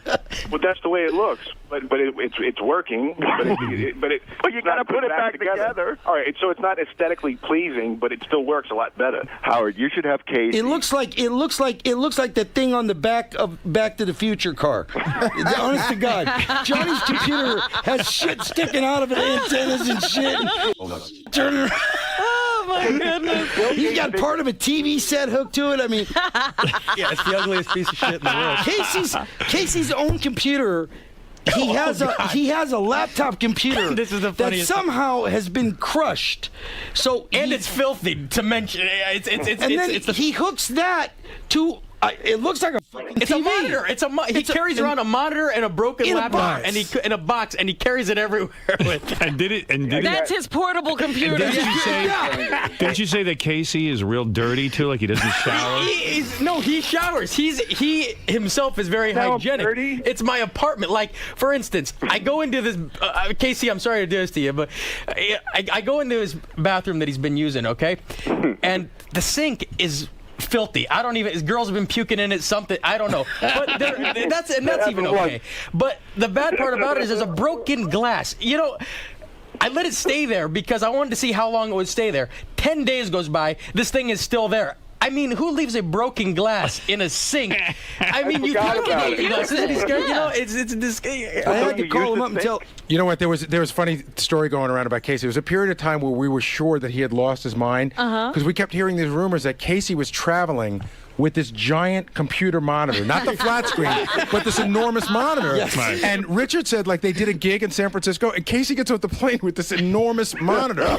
And Casey was obsessed with editing that DVD, Yeah. so he was carrying the monitor around to edit. That was the reason. But he was taking it everywhere Dude, with what him. the hell's going on? No, but it's in a big cardboard box. And the box has been dirty, it's been wet, you know, part of the shit is falling out of it, and that is his PC. Wow. You know, he's liable to set it up anywhere you go. Hey, Case. Yes. It's Artie. Artie, what's up, baby? What's up, man? That last gig we did together in Chicago, did you have that monitor that time? I did. Yeah, you did. Howard, ask Casey about his modeling job. Casey, what about your modeling job? Wait. Get back to the monitor. Why are you carrying around a giant monitor with you? Well, because the laptop I got, all right, the DVD was a very traumatic thing for me. It put me back in rehab, actually. I got angry one time. I threw it across the room. I punched it a couple times, and the thing was broken. And so I finally retired that computer after I hit it with a hammer. So it's all flat. But the question is why is it so filthy? It's like dust is magnetized to this thing or something. I mean, and why do you need to carry it everywhere? Because I work. He's on working. It, but 18 hours a day. But they make small screens, Mr. Computer Expert. Yeah, well, do you know how much those things cost?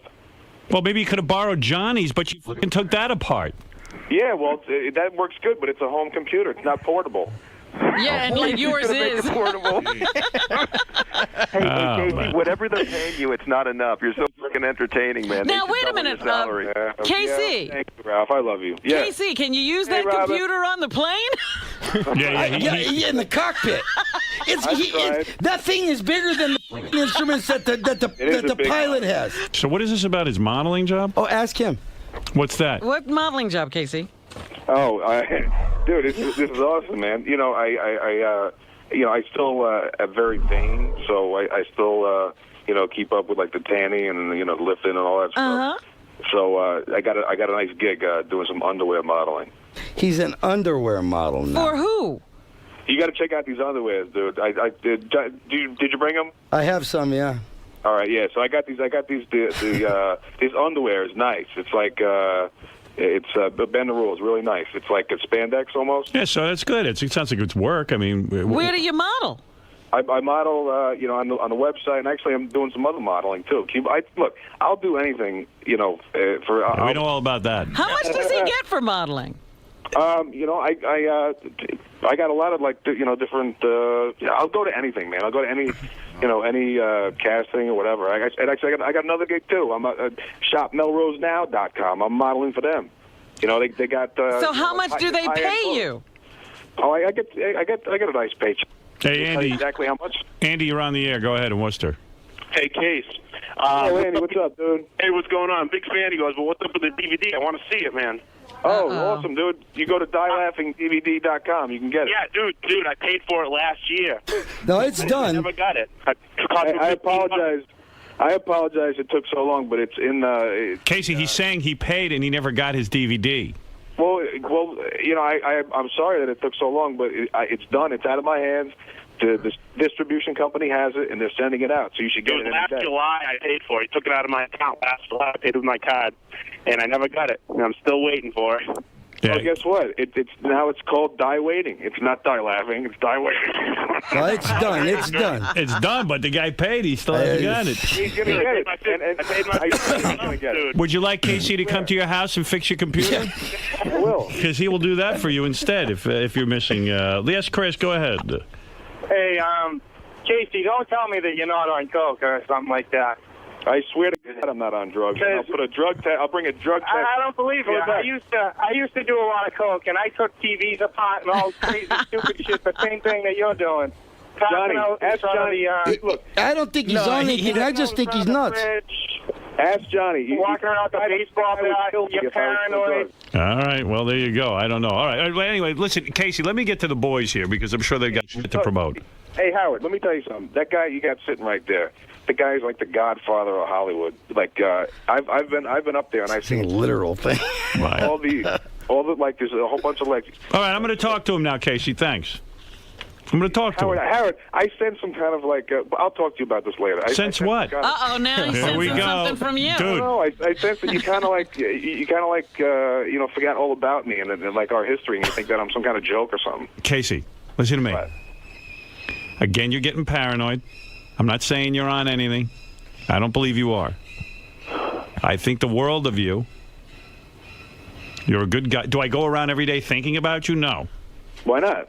Because I've got kids. Don't you remember your history? Yeah, I've got a job. My history. What are you talking about? My history? No, you said your history with Howard. He's forgotten it, like you're a joke. I know. He has forgotten it. I always thought you were some kind of joke. No, Casey, I love you. What do you want from me, bro? What am I supposed to do? I saw Casey in L.A., and I could tell he wasn't on drugs. He's not doing drugs. All right, that's good. I'm not on drugs. I'm happy to hear that. Casey, I love you. Don't worry about it. All right. I love you too, You're just getting paranoid. Go open up something or sell a garbage pail. I'm going to do that. Hey, before I go, Howard. Yeah. I got a plug. I got a new show. I got a show. It's on Amped Mobile called Swing Shift. You know what Amped Mobile is? No. Amped Mobile? Amped Mobile. They got high-end like TV on your phone. And I go around and interview like drunk people in a limo. Sounds great. It's awesome, dude. I'm going to send you 30 remote controls for you to take apart. Next time Casey's here, I'm going to take a remote control. I want to watch him fix it and make it better. Just give him a computer. Let him build one. I'm give letting him build the him. parts. Dude, you know in my car right now, I have a trunk full of wires. I collect them. No, he does. I opened up his bag, and there was like a ball in there. I'm like, what the heck is this thing? It's a ball of wire. Like, wires like from, like wires you'd get from speakers and things like that. It's this big. Yeah, it's as big as a basketball. What do you think's going on? I thought he was going to tie somebody up or something with it. I know. It's crazy. It is nuts. Hey, I want to stay on hold, though. Hey, Howard, I love you guys. All right, I'll put you on hold. Stay on hold, so I want to listen to the boys. All right, and if I need to check in with you, I'll do that. Thanks, big guy. Right. I don't know why he can't get here. Oh, you'll never get to the bottom of that, right? He was probably home the whole time, but then he always has a layover. He called me 2 nights ago. He says, bro, I got the plane's delayed. I said, okay. He calls back like 6 hours later. Yeah, I got bumped. And then as he text messaged me last night, he's, I'm on my layover. So, What do you think's really going on? I have no idea. I mean, he actually blamed me. He said, I got lost. And I said, Casey, how could you get lost with the navigation? He said, I wouldn't turn it on because we put a gay guy voice on the navigation, and his girlfriend was in the car, and he didn't want the girlfriend to hear the gay guy voice on the navigation, so he said I didn't use it. So Casey, therefore, it's my fault. One more thing. Just explain to me. Everyone says you're not really on these planes. Okay. Look, you never had a layover. You never got there early and you had to wait. But it happens to you all the time. Yeah, but this time I had the layover. And then what happened? I was there like 3 hours early. So I'm sitting there, I got the layover and finally, all right, fine. I got a little lost getting there, so I wanted to get there to be the first one there, and then my behavior wasn't good. I did something stupid. What'd you do? I thought I had extra time, so my girlfriend dropped me off. So I was kind of bored. So I took apart the plane and made it better. No, dude. Now that he said that, I'm never going on a plane with him. No, I took the broad into the bathroom. What broad? My girlfriend. In what bathroom? At the airport. Yeah. You're not supposed to do that. So I want to shoot some mayonnaise from my musket. And then you know what happened? What? Monkeys flew out of his ass. Yeah. And what is Come this on. story? Hey, give me a break. You know what? I would actually say that's bullshit, except for that we caught him doing it at Jerry's Famous Deli. What, banging a chick? Yeah. In the bathroom. Wow. Really? His girlfriend or a different girl? No, some girl. He does it all the time. I mean, we'll go to the Spearmint Rhino. He'll pull 5 or 10 girls out of there sometimes, and we have a good time. I mean, that's no shit. I mean, he really does. We know he can get laid. Hey, Howard, your name still works real well. Yeah. He's got that down. But let me ask you something. Yeah, what a combination of Howard's name and what you look like. I mean, me and Benji throw the name around too. Exactly. We're not f***ing anybody in a fucking airport bathroom. Didn't you have to yell at him because he works for you to find? His job is essentially to find hot girls so you can photograph photograph him and stuff, and then he bangs him and ruins it, right? Didn't you have to yell at him? Well, yeah, we only lost one. Yeah, we only lost one. Actually, we lost two. But why did they leave though? What happened that was so bad? I don't know. I guess they just he pisses him off. Well, he bangs him and then he doesn't talk to him anymore. Well, you know what it is. I really don't know. He makes it seem like that he has a relationship with them. So he'll take them all the way down that path, and then all of a sudden, it's over. This is like it's mean. It is mean. I've told him it's mean. This is like The Godfather. This is when Fratto he's banging cocktail waitresses two at a time. Exactly. Players couldn't get a drink at the table. He takes apart their remotes and then they disappear. I'm about 2 inches away from having Johnny take him fishing. You know what I mean? All right, Casey, putting you back on hold. All right, I love you guys. Love you. If you go fishing, Case, don't say to Our Father. Yeah, Casey be sure banging, you sit behind them. Is Casey banging any big names like Paris Hilton or anyone like that? Or is it just like cocktail? It's mostly like strippers and waitresses and stuff. Yeah. So tell me. But you know what? I believe he could. No, I bet you he could. I believe he could. Yeah. He doesn't apply. Hey, Johnny, tell people about you because you had an interesting life. Your dad was a big guy in the mafia, right? My dad was one of the Midwest bosses. He grew up in Chicago, right? And was with Al Capone. And then when they chopped the United States up, he went to Iowa. And so a lot of people go, how could there be a mob in Iowa? Yeah, he was in Iowa? Iowa. Well, Iowa is very, very important at that time because Iowa is the only state that borders 7 states. So my dad was, that's all distribution. Mm-hmm. Right. So if something falls off the truck, if something missing from here, where do you think it goes? Mm-hmm. That's It's got to go somewhere, and it went to the middle of the United States because it was easy. It was a hub to get everything out, and everything went pretty good for him until. Everything went good till when? Until Estes Kiefer did this what you saw in The Godfather. Racketeering. Organized crime. Right. What was it called? The Committee on Organized Crime. Did your old man go to jail? Never went to jail. Went to jail. Lived a full life?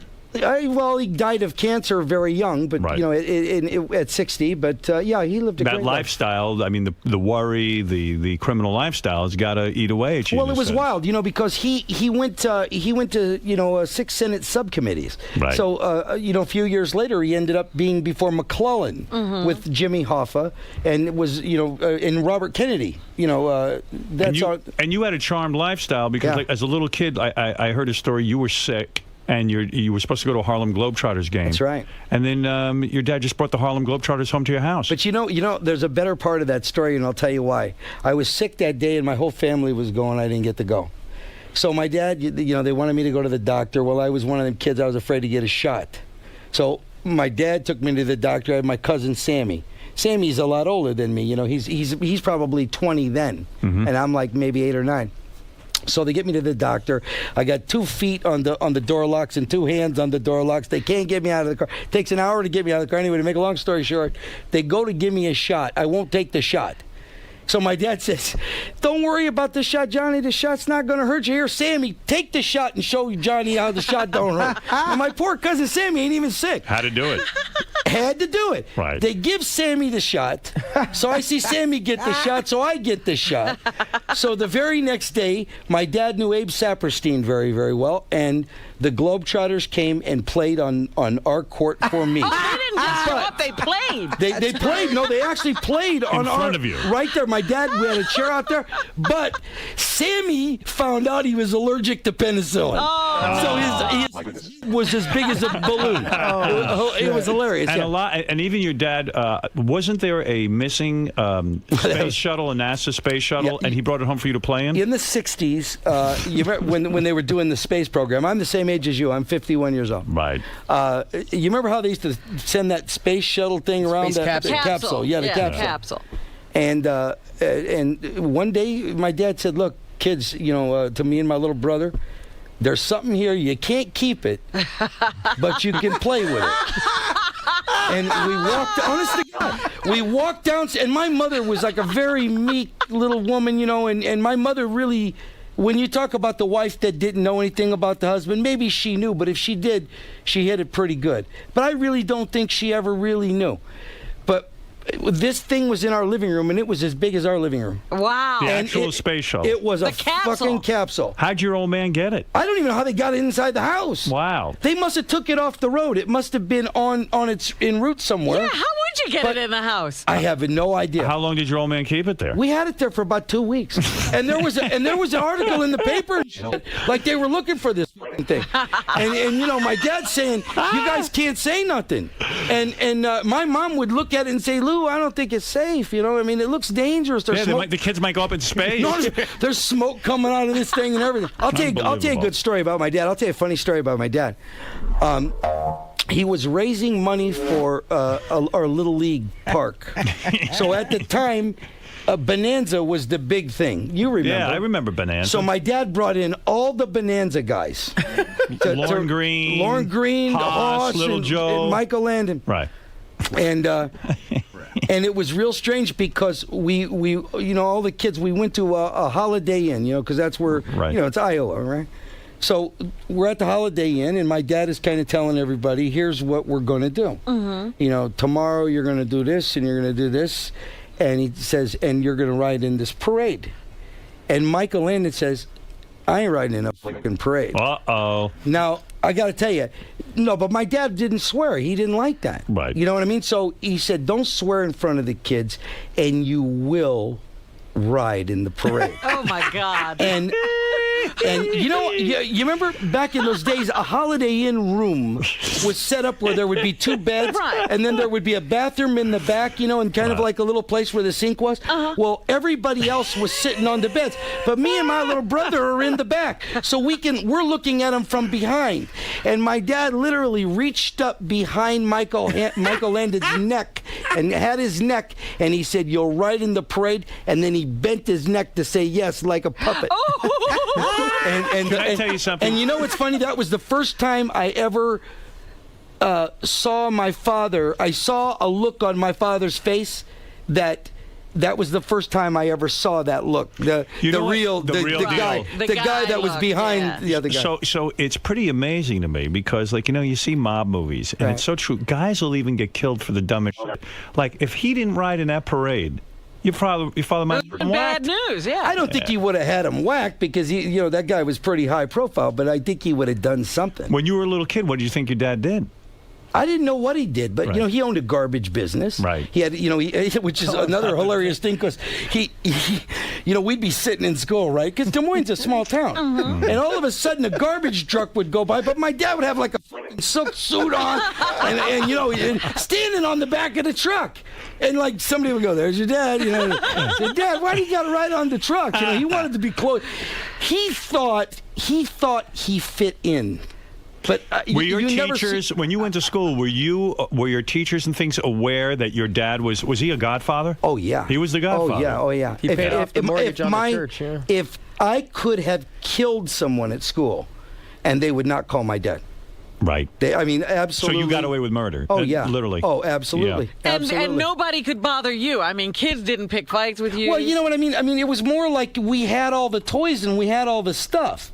Right. So, everybody wanted to play with us. At a certain age, did you have to make a decision whether to join the mob? Like, was it offered to you? No. It was, when you're related, it's kind of like an automatic thing. But for me, violence and all of that really wasn't my thing, and I never saw my dad do violence. It's like when Tony Soprano said to his son, right. "It isn't in you." It's not for you. It's not for you. My dad, to me, I would rather. Johnny's laughing because I have a 4-year-old son now too. Okay. Good, yeah. And this motherfucker wanted a brother. Yeah, 20 years, 22 years too late. Yeah. I used to have a brother when I was like 4 or 5. But did I come through? I came through. Yeah, you came through. But it's so funny because I've gotten such kind of a reputation in Beverly Hills that people know who I am. And so I've got this 4-year-old, and I have a very young wife now too. But she's hot. Actually, a girlfriend, and is she hot? She's white hot. But your son wants her. Oh my goodness. Oh yeah, he looks at her like that. I've known her for 10 years already. His girlfriend. Johnny, you ever worry about leaving the two alone, the new wife? And, No, I don't even think of her like that. His girlfriend's older than my his girlfriend. That's what's weird. Hey guys, when I visited you, who was the girl there? That was my girlfriend. She's. But you know what's funny? You know what's funny? I'm like Howard though. I'm 51 years old, and I'm like, it's like. At least you have, like your hair is the same color probably as it was 20 years ago. Yes, it is. When your hair turns white, you actually never really think of yourself that way. So you can literally get up in the middle of the night and go take a piss and scare yourself in the mirror. Yeah, because you got the gray hair. Who the fuck is that? I know. And then a lot of the times I get scared sometimes. I have a mirror right outside my bedroom, and I practically crawl to the bathroom because I can't move in the morning. No, but I mean with me it's like an animal on the floor. Occasionally, I'll be sitting there looking at my girlfriend and I go, "What the fuck's the matter with you? Wait, is there something wrong with you? What are you doing with me?" She is beautiful. She seems very nice. She seems very nice. She's very nice. And you look like you're wearing some very expensive jewelry. Yeah, I wear jewelry. I like jewelry. You're wearing diamonds and watches, and everything is glittering. Is that the real deal? Are those real diamonds? Absolutely. How much is that stuff worth, honestly? Well, I mean, I don't know. I don't appraise it, and most of it is presents. You're a wealthy. Did you get your wealth because when your father passed on, he probably had an empire? Not at all. You built your own thing. No, not at all. We started our own stuff, and I'm not a wealthy man. I do all right. Yeah. That's all. Because you dress like a wealthy man. Well, I almost mean, like I you like yourself clothes. are a godfather. Yeah. You know what I'm saying? Well, I mean, I'm probably playing into it a little more today than I would normally. I might look like him. Are people still afraid of you? They hear the Fratto name. Yes, they go, And did you meet? I all love of that. the guys? That's good though, right? You like it. I got to tell you, Johnny. It's the perception. It's so. Johnny, I did something that a lot of times it's hard for me to make Johnny laugh in a real way. Your son, yes. Yeah, because he doesn't think anything's funny. But there's a kid, my girlfriend will constantly say, "I need this toy for Joey. I need that toy for Joey." Every toy she wants doesn't exist. Every time they ask me, it's the thing that they ran out of like 2 months ago. Right. So we go to Toys R Us and I meet this kid. His name is Miguel. If he's listening, hey Miguel. Miguel told me he knows who I am. Right. So I really played it up really, really big. And I have a partner named Sonny who was in Casino. He's an actor and all that. But Sonny really looks the part. So we go to Toys R Us, and Sonny, I tell Sonny, tell this kid he's got to get this fucking Woody, from Toy Story. Right. And we couldn't find Woody, right. You know what I mean? And she was going crazy. So Sonny tells the guy, "Look, if you find Woody quick, we're going to make you one of us. We're making you." We're gonna make you a guy who wears expensive jewelry. Yeah, we're gonna So we actually did a ceremony. Right. That's beautiful. And you swore him in. The guy thinks he's in the mob. No, I come with them to Toys R Us. I go in the back. They're burning a card of like Jar Jar Binks. Okay, I swear to God. We got the Jar Jar Binks because we couldn't find nothing religious. Real quick, Johnny, are The Sopranos realistic? Yes, it's to a point. It's very realistic, but this I hate the storylines because they're not going anywhere, and they don't show the viewer real business. Mm-hmm. How it get into the nuts and bolts. Are you of how it saying works. that actually you need to be fairly bright to actually be in the real mob? Like, you got to run a business still, and maybe all the guys in The Sopranos seem a little bit too dumb.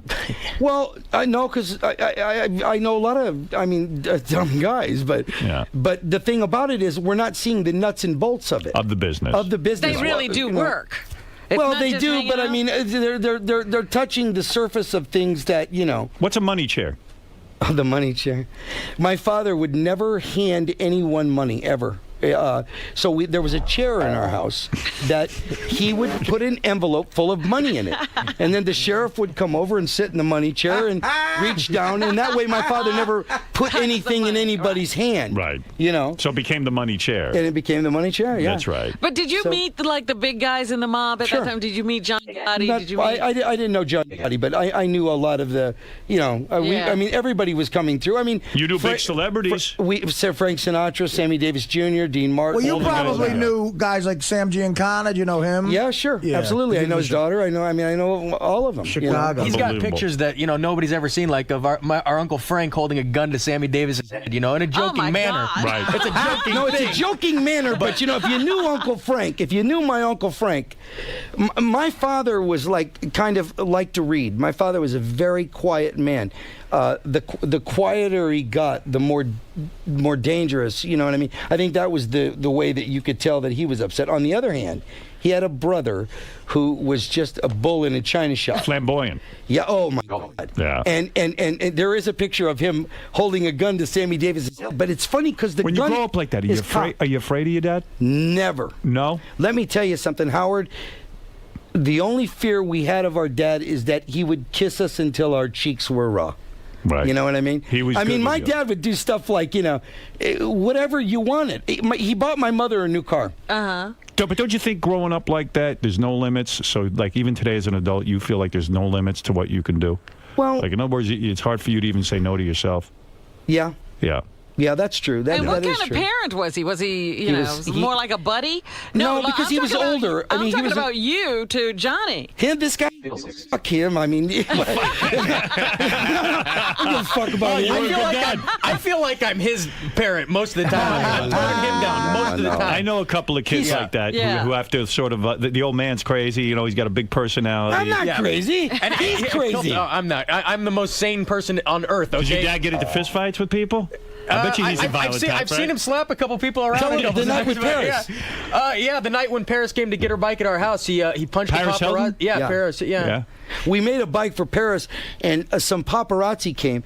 And boy, we don't like when you guys pick on Paris. We hate when you pick on Paris, and I'm going to tell you why. Why? Paris is probably, and no exaggeration, probably one of the sweetest, nicest people you'll ever meet in your whole life. That is real. I doubt it. That I swear to you, Robin. At least to us, she's always treated us real nice. Well, I'm saying though, I've seen her treat. The thing about just as an example, she came to get the bike at our house that night, and there was paparazzi there. Is that the motorcycle also that Kimberly Stewart drove and fell off of? Yeah. That's the funniest thing I've ever seen. I was responsible for that. First time I ever called him. Really? He called me the C word. It was humiliating in front of that. Because that night he says, Johnny, listen to me. This is two motorcycles. You got Paris Hilton, you got Kim Stewart. Make sure nothing happens. I don't need anything to go wrong. I'm watching TV. Right. He's watching the TV at the same time as it happens. So I'm on the phone with him when it happens. He's like, you fucking cunt.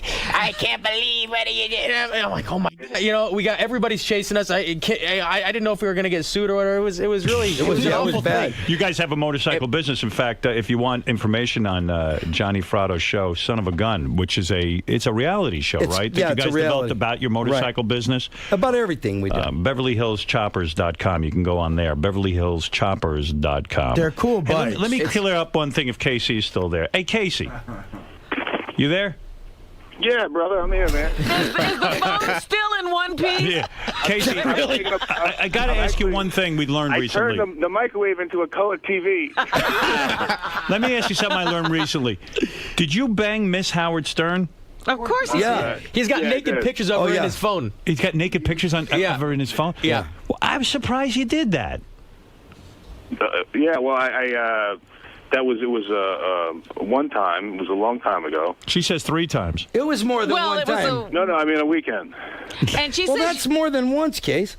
Well, yeah, but it was just one incident. Yeah, right. It wasn't like we met up a bunch of times. Why'd you bang her though? You knew you were not going to stay with her, man. That's kind of cruel. I told her that. What'd you tell her? I told her, I said, she knew I had a girlfriend. Yeah, she was holding out hope. She had a mad crush on you. She's got limited capacity. Are you disappointed with me? Yeah, a little. Oh, come on. She's such a nice girl. You never did that with a chick banger and have no intent. But I'm a little older and wiser now. It's like Johnny Fratto says here. It's a little cruel. Come on. You're going to dump the broad. The girl, and come on. Yeah, all right. After you have 6 shots of Jägermeister and then you're tired and there's some broad there that wants to blow you. What are you going to do? After you shoot your load and she starts talking in that baby high-pitched voice and stuff and saying stuff, are you just out of your mind sick? I gotta check the carburetor outside. I don't know. Yeah, it was bad, huh? Well, no, I mean she's a sweetheart and a really nice person, and you know, it was. But you know what really happened, which was really bad, was my girlfriend at the time. We would fight every day. You know, she called up the hotel that I was at, and she answered. You know what I mean? There's no mistake in that voice. Yeah. You know, so she knew what it was. You know, so I got nailed big time. Oh, I bet. Yeah, I'm a town freak. Man, I got to tell you something. I mean, this guy gets laid a lot. Oh, of course he does. It's unbelievable. You see a Miss Howard Stern, you say, forget Leave it. her to the, she's a throwback. Like when you fish and you pull out a little one, you throw it back. A fisherman throws back the little ones. You know, it's a great analogy, yes. Hey, Casey. Hey, Howard, the other day, I went to a sex shop, right? Me and what are you doing with this? What? No, I went to the sex shop and I bought something which I thought was for the broad. You know, I didn't think it was for me. I get home and I give it to her, and she goes, "Do you know what this is?" And I said, "I have no idea." She goes, "It's a cock ring." So I'm like, "No, I don't want to put that on." She goes, "Just try it, put it on." So I put this fucking thing on. Right, it's a battery attached thing to my pin, right? But I got to tell you something, guys. You gotta. I thought it was a clit stimulator. Yeah, I gotta tell you guys, you gotta try a cock ring. It's nice. What is it, Gary? Hey, Casey, can I tell a modified version of the story when we all did that comedy gig in L.A. about a year and a half ago? Oh my God! So this, I gotta tell you, this was you really. Talking about the one in Agora Hills? Okay, this is Artie loves KC and forgives him for everything. This is about the angriest I ever saw Artie at KC. Really? We go through this comedy gig. I don't find this. I flew home the next morning, so I don't hear about this till I get off the plane. There's like 20 messages on my phone. The modified version is Casey's there with his girlfriend, tells his girlfriend he can't sleep. He's going to go to another guy's room, hooks up with another broad. The girlfriend comes looking for him. She's banging on the door. She wants to knock the door down. She finally gets into the room. Casey's in there with a towel with this other woman. He tells his girlfriend, "You're fucking nuts. Just because I'm hearing a towel doesn't mean there's anything going on." I mean, like insanity. So it ends up at 8 o'clock. And Artie's been up all night, drinking and doing his comedy or whatever. Artie goes to sleep, I guess, 5 in the morning. Right. At 8 o'clock in the morning, there's pounding on Artie's door. Artie, you got to come out to the lobby. Casey's girlfriend and this girl are in the lobby and they're fighting. And this is not a fancy hotel. It's a hotel with like a lot of older people. Yeah. They're up eating and everything. And Artie's telling me the story and he goes, I said, "Well, where was Casey?" He goes, "That motherfucker's asleep." He goes, "I worked all night. I'm out here refereeing a fight, and he's asleep." I'm out there reffing a fight between two hot blondes he fucked. And why do they need Artie? In front of the one girl was crying to me, the other girl was trying to. I don't know what to do, so I call my manager, who's better, he's more sensitive than me. I called my manager. I said, "You got to earn your 10% right now. Get the fuck over here," because I had a meeting with him later in the day. I pawned them off on him. I said, "I got to take a shower." I come back out now. Now the two girls are crying, and my manager, Bob Levy, and Jim Florentine. Oh my God. And Casey's still asleep. And I'm like, and I said, "Guys, I can't take this anymore. I got to leave." All right, Case. Thank you for clearing that up. Yeah. All right, I love you guys. Take care, Case. I love you all. I love you too, buddy. I want to stay on hold. I'm done. All right. He's something else, huh? Yeah, he is a trip. Yeah. But he really does get laid like that. I mean, I know. You have to tell me. You had to see that's a lie. First of all, these are shows I'm headlining at. I go up, I kill for an hour, and he's back at 10. You had to see this other blonde. Yeah. And the girlfriend is like she walked in on him with the girl, and he goes, "I don't know, we're not doing anything, we're just talking." He was in a towel. Unreal. You guys are good guests. I like having you on, Johnny Fratto. I gotta tell you one more quick story. Go ahead. Is this about growing up in the mob? No. You want a growing up in the mob one? Give me one. Well, give me one. That's a lot of pressure. Come on, motherfucker. Why are you here? Give me a fucking story. That's why I had him. You know what? I wanted to ask. Your father probably, if anybody would know if the mob was connected with the Kennedy hit, your old man would have information on that, right? You know what's funny? I went to a Catholic school. And John F. Kennedy was president. Right. So you got to realize that with John F. Kennedy being president, the nuns, they love John F. Kennedy. Right. I could say fuck it in my house faster than I could say the word Kennedy. Right. So it was Kennedy, right? My father hated he because the mob felt double crossed. They feel they delivered the vote. The Teamster. In Cook County. And I'm telling you, he hated the fucking Kennedys. And I'll tell you something funny about my dad.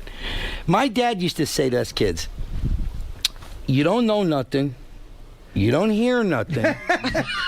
Nothing that ever gets said in this house goes outside of this house. And if anybody ever tries to ask you about something that's bad or a crime, you don't know nothing. And I'm like, Dad, it's pretty, and you got a big, that's broad, it's right? very broad. That's a broad umbrella. Yeah, I mean, how am I supposed to? He said, listen, if somebody asks you a question like that, you're going to feel it right here. In your stomach. In your stomach, you're going to feel it. Right. Which there's really a weird thing to it because you kind of do. Right. So after Kennedy gets assassinated, the nuns are doing like a review of what happened that month. This is brand new.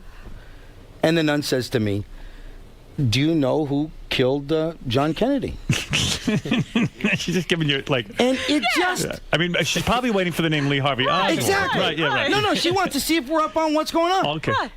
But it feels like one of them questions. And so I don't, and you're like, who's Kennedy? I don't know the guy. And my little, nothing. I didn't hear. And my little brother's sitting there, and she says to my little brother, "Do you know who killed John Kennedy?" And my little brother's like, you know what? We don't know about these kind of stuff. You know? And so, we don't know nothing. We don't hear nothing. No, wait. Now the nun sends us to the principal's office. She sends us to the principal's office, and she says, and they call my dad because they think we're being sarcastic. Right. They believe we're being sarcastic. And it was so funny because he shows up in, again, all shiny suit and pinky ring, and kind of like how I look now, I guess. Right. Anyway, and he... The garbage man. She says, Lou, do you know your boys don't know who killed John Kennedy? And he looked at us, and there was like a smirk on his face, kind of like, I got these fuckers right where I want them. And he looked at the nun and he said, well, if they say they don't know, they don't know.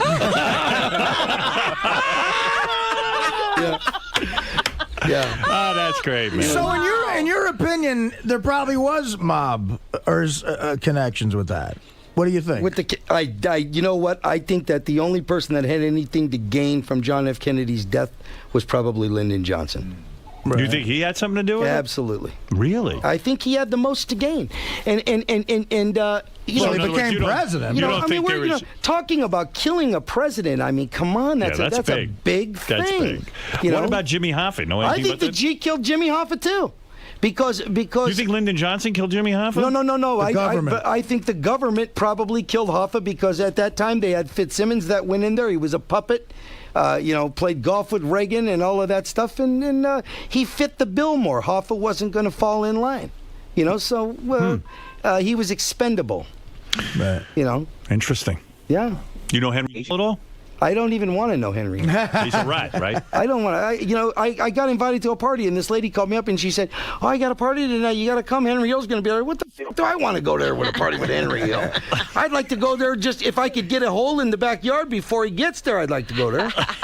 You know what I mean? I'd say, "Hey, Henry, come on outside. I want to show you something." Yeah, we have Henry on the show sometimes. We can't help it. I saw the last show. It was scarier than Holy shit! Right? Is that crazy? He got raped. Yeah, that's what he said. Yeah. Yeah, well, you know what? Bad things happen to bad people, I guess. Well, I guess the mob decided not to kill him. Well, come on. The reality is, you know what? Goodfellas is a great movie. Right. Great. It's a great movie. It's great entertainment. But you couldn't believe for a second that the character that you're seeing portrayed in that movie, that was his perception of himself. Right. It's almost like a Superman. He could have never been that important because he wasn't even Italian. Right. You want to see? Do you want to see the best mob movie? There's only two. Right. The Godfather's a great movie because it's a very romantic movie, and I don't know anything about New York, so But the mob guys I saw in my life, watched that movie that Artie likes to talk about, Thief. Oh, yeah. Thief! Yeah. Now that's guy, a good mob movie. That mob guy is the best portrayal of a mob guy I've ever seen. You mean the one Robert Prosky plays? I don't know his name. Yeah, I know. Yeah, I know you're talking about. But I kind of imagine that might be the way my father was, because you've got this mob guy and he's very, very soft. He's a soft guy. And he almost lets James Caan manhandle him. He's so soft. And then when he comes out, Then you see he it. is fucking scary. I got to see that movie. I gotta take a look at that. Let's take a look at that. Michael Mann directed it. Willie Nelson, one of the best movies ever. The other great portrayal of a mobster is Chaz Palminteri in A Bronx Tale. In A Bronx Tale. That's great, yeah. That's a little more realistic. I mean, there's more mob guys that are like Donnie Brasco, that Donnie Brasco character, that Lefty. Right. I know more guys like that than I know the guys that are successful. Right.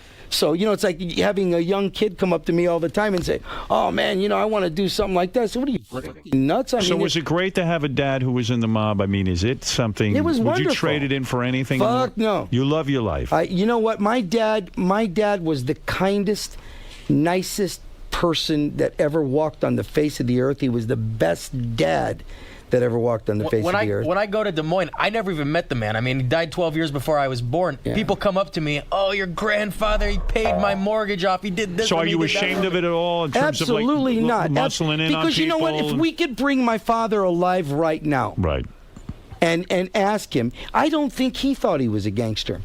I think he's thought of himself as a trailblazer. Look at what does the mob really control right now? The two big money makers, gambling and prostitution. Mm-hmm. Both things that are controlled by the government now in Nevada. It's legal. Gambling's legal all over the place. Alcohol in Iowa was liquor by the drink until 1960 something.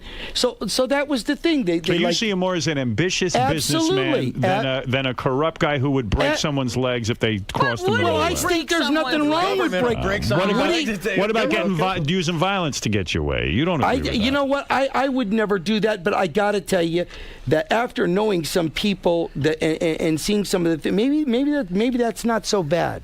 I mean, I'm not saying that it should be used all the time, but I do think that there's some people, that maybe somebody should do a little violence on. Huh. And sure, why not? I'm surprised to hear you say that. Well, you know why? Because take a place like L.A. L.A. is filled with nothing but people suing people. Right. Because somebody wronged somebody. Yes. You know what? But you know what? If some of those people knew, you know what? I'm not going to sue you. I'm just going to come and beat the fuck out of you. It'd be a lot less lawsuits. Exactly. I mean, people wouldn't act that way. It's that kind of protection. When the police can protect a criminal. That's why. Is that why you had to beat up the paparazzi guy? Was he like? No, that's what I was going to say. The paparazzi guy during the Paris thing, literally pushed her. He was and he pushed me. I mean, he actually physically hit me in the chest. Right. To try to get a rise out of me. Right. And I mean, that's what he ran me in the chest.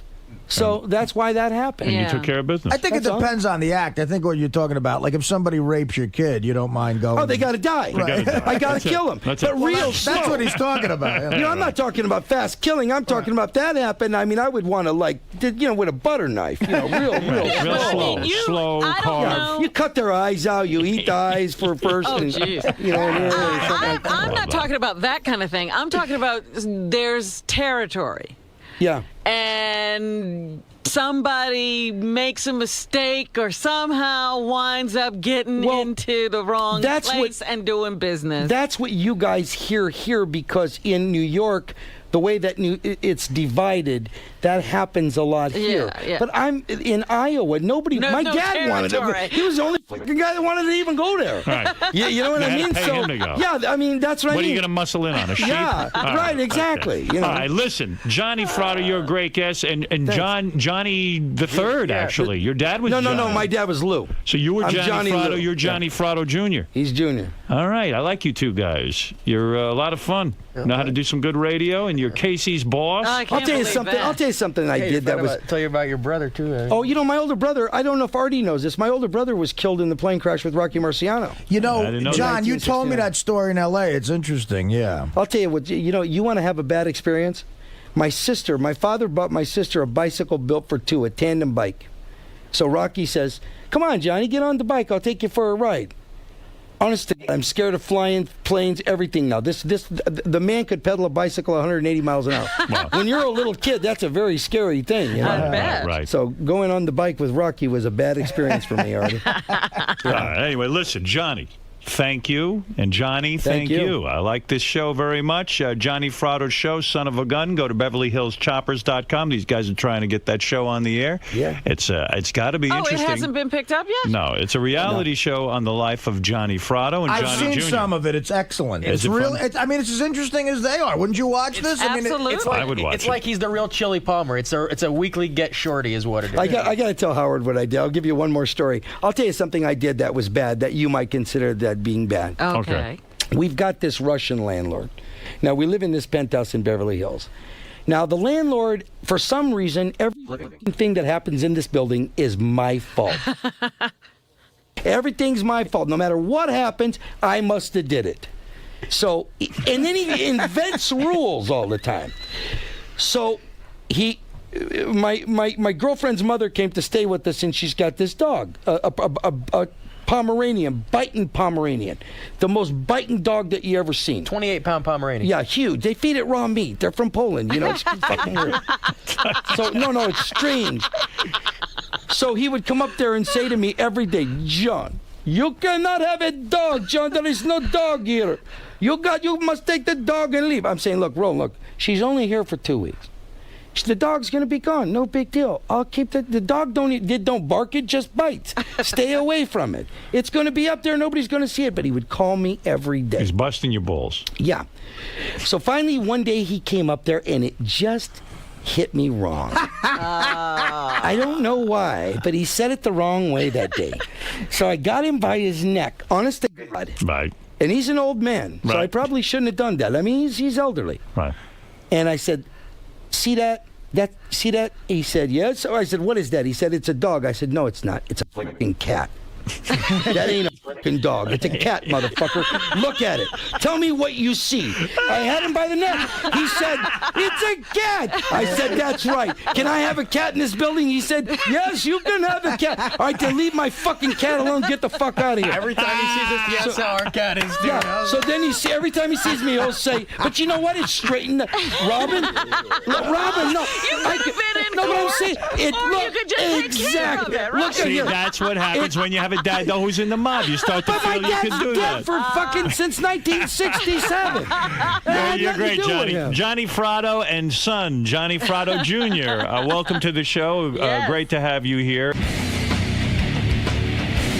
That was really good. We had a good time. There was some crazy stories in there. Yeah, we got some better ones too. Oh yeah, way better. Next time.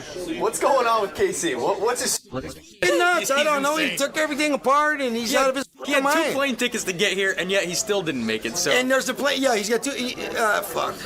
Johnny Jr., you live with him, right? Oh yeah. So what's that going to be like when you go back to California and you have to? I feel a little bad bagging on him on the show, but I feel like he needs it because I'm gonna pistol whip him. I want. Casey, I'm gonna pistol whip you when I see you.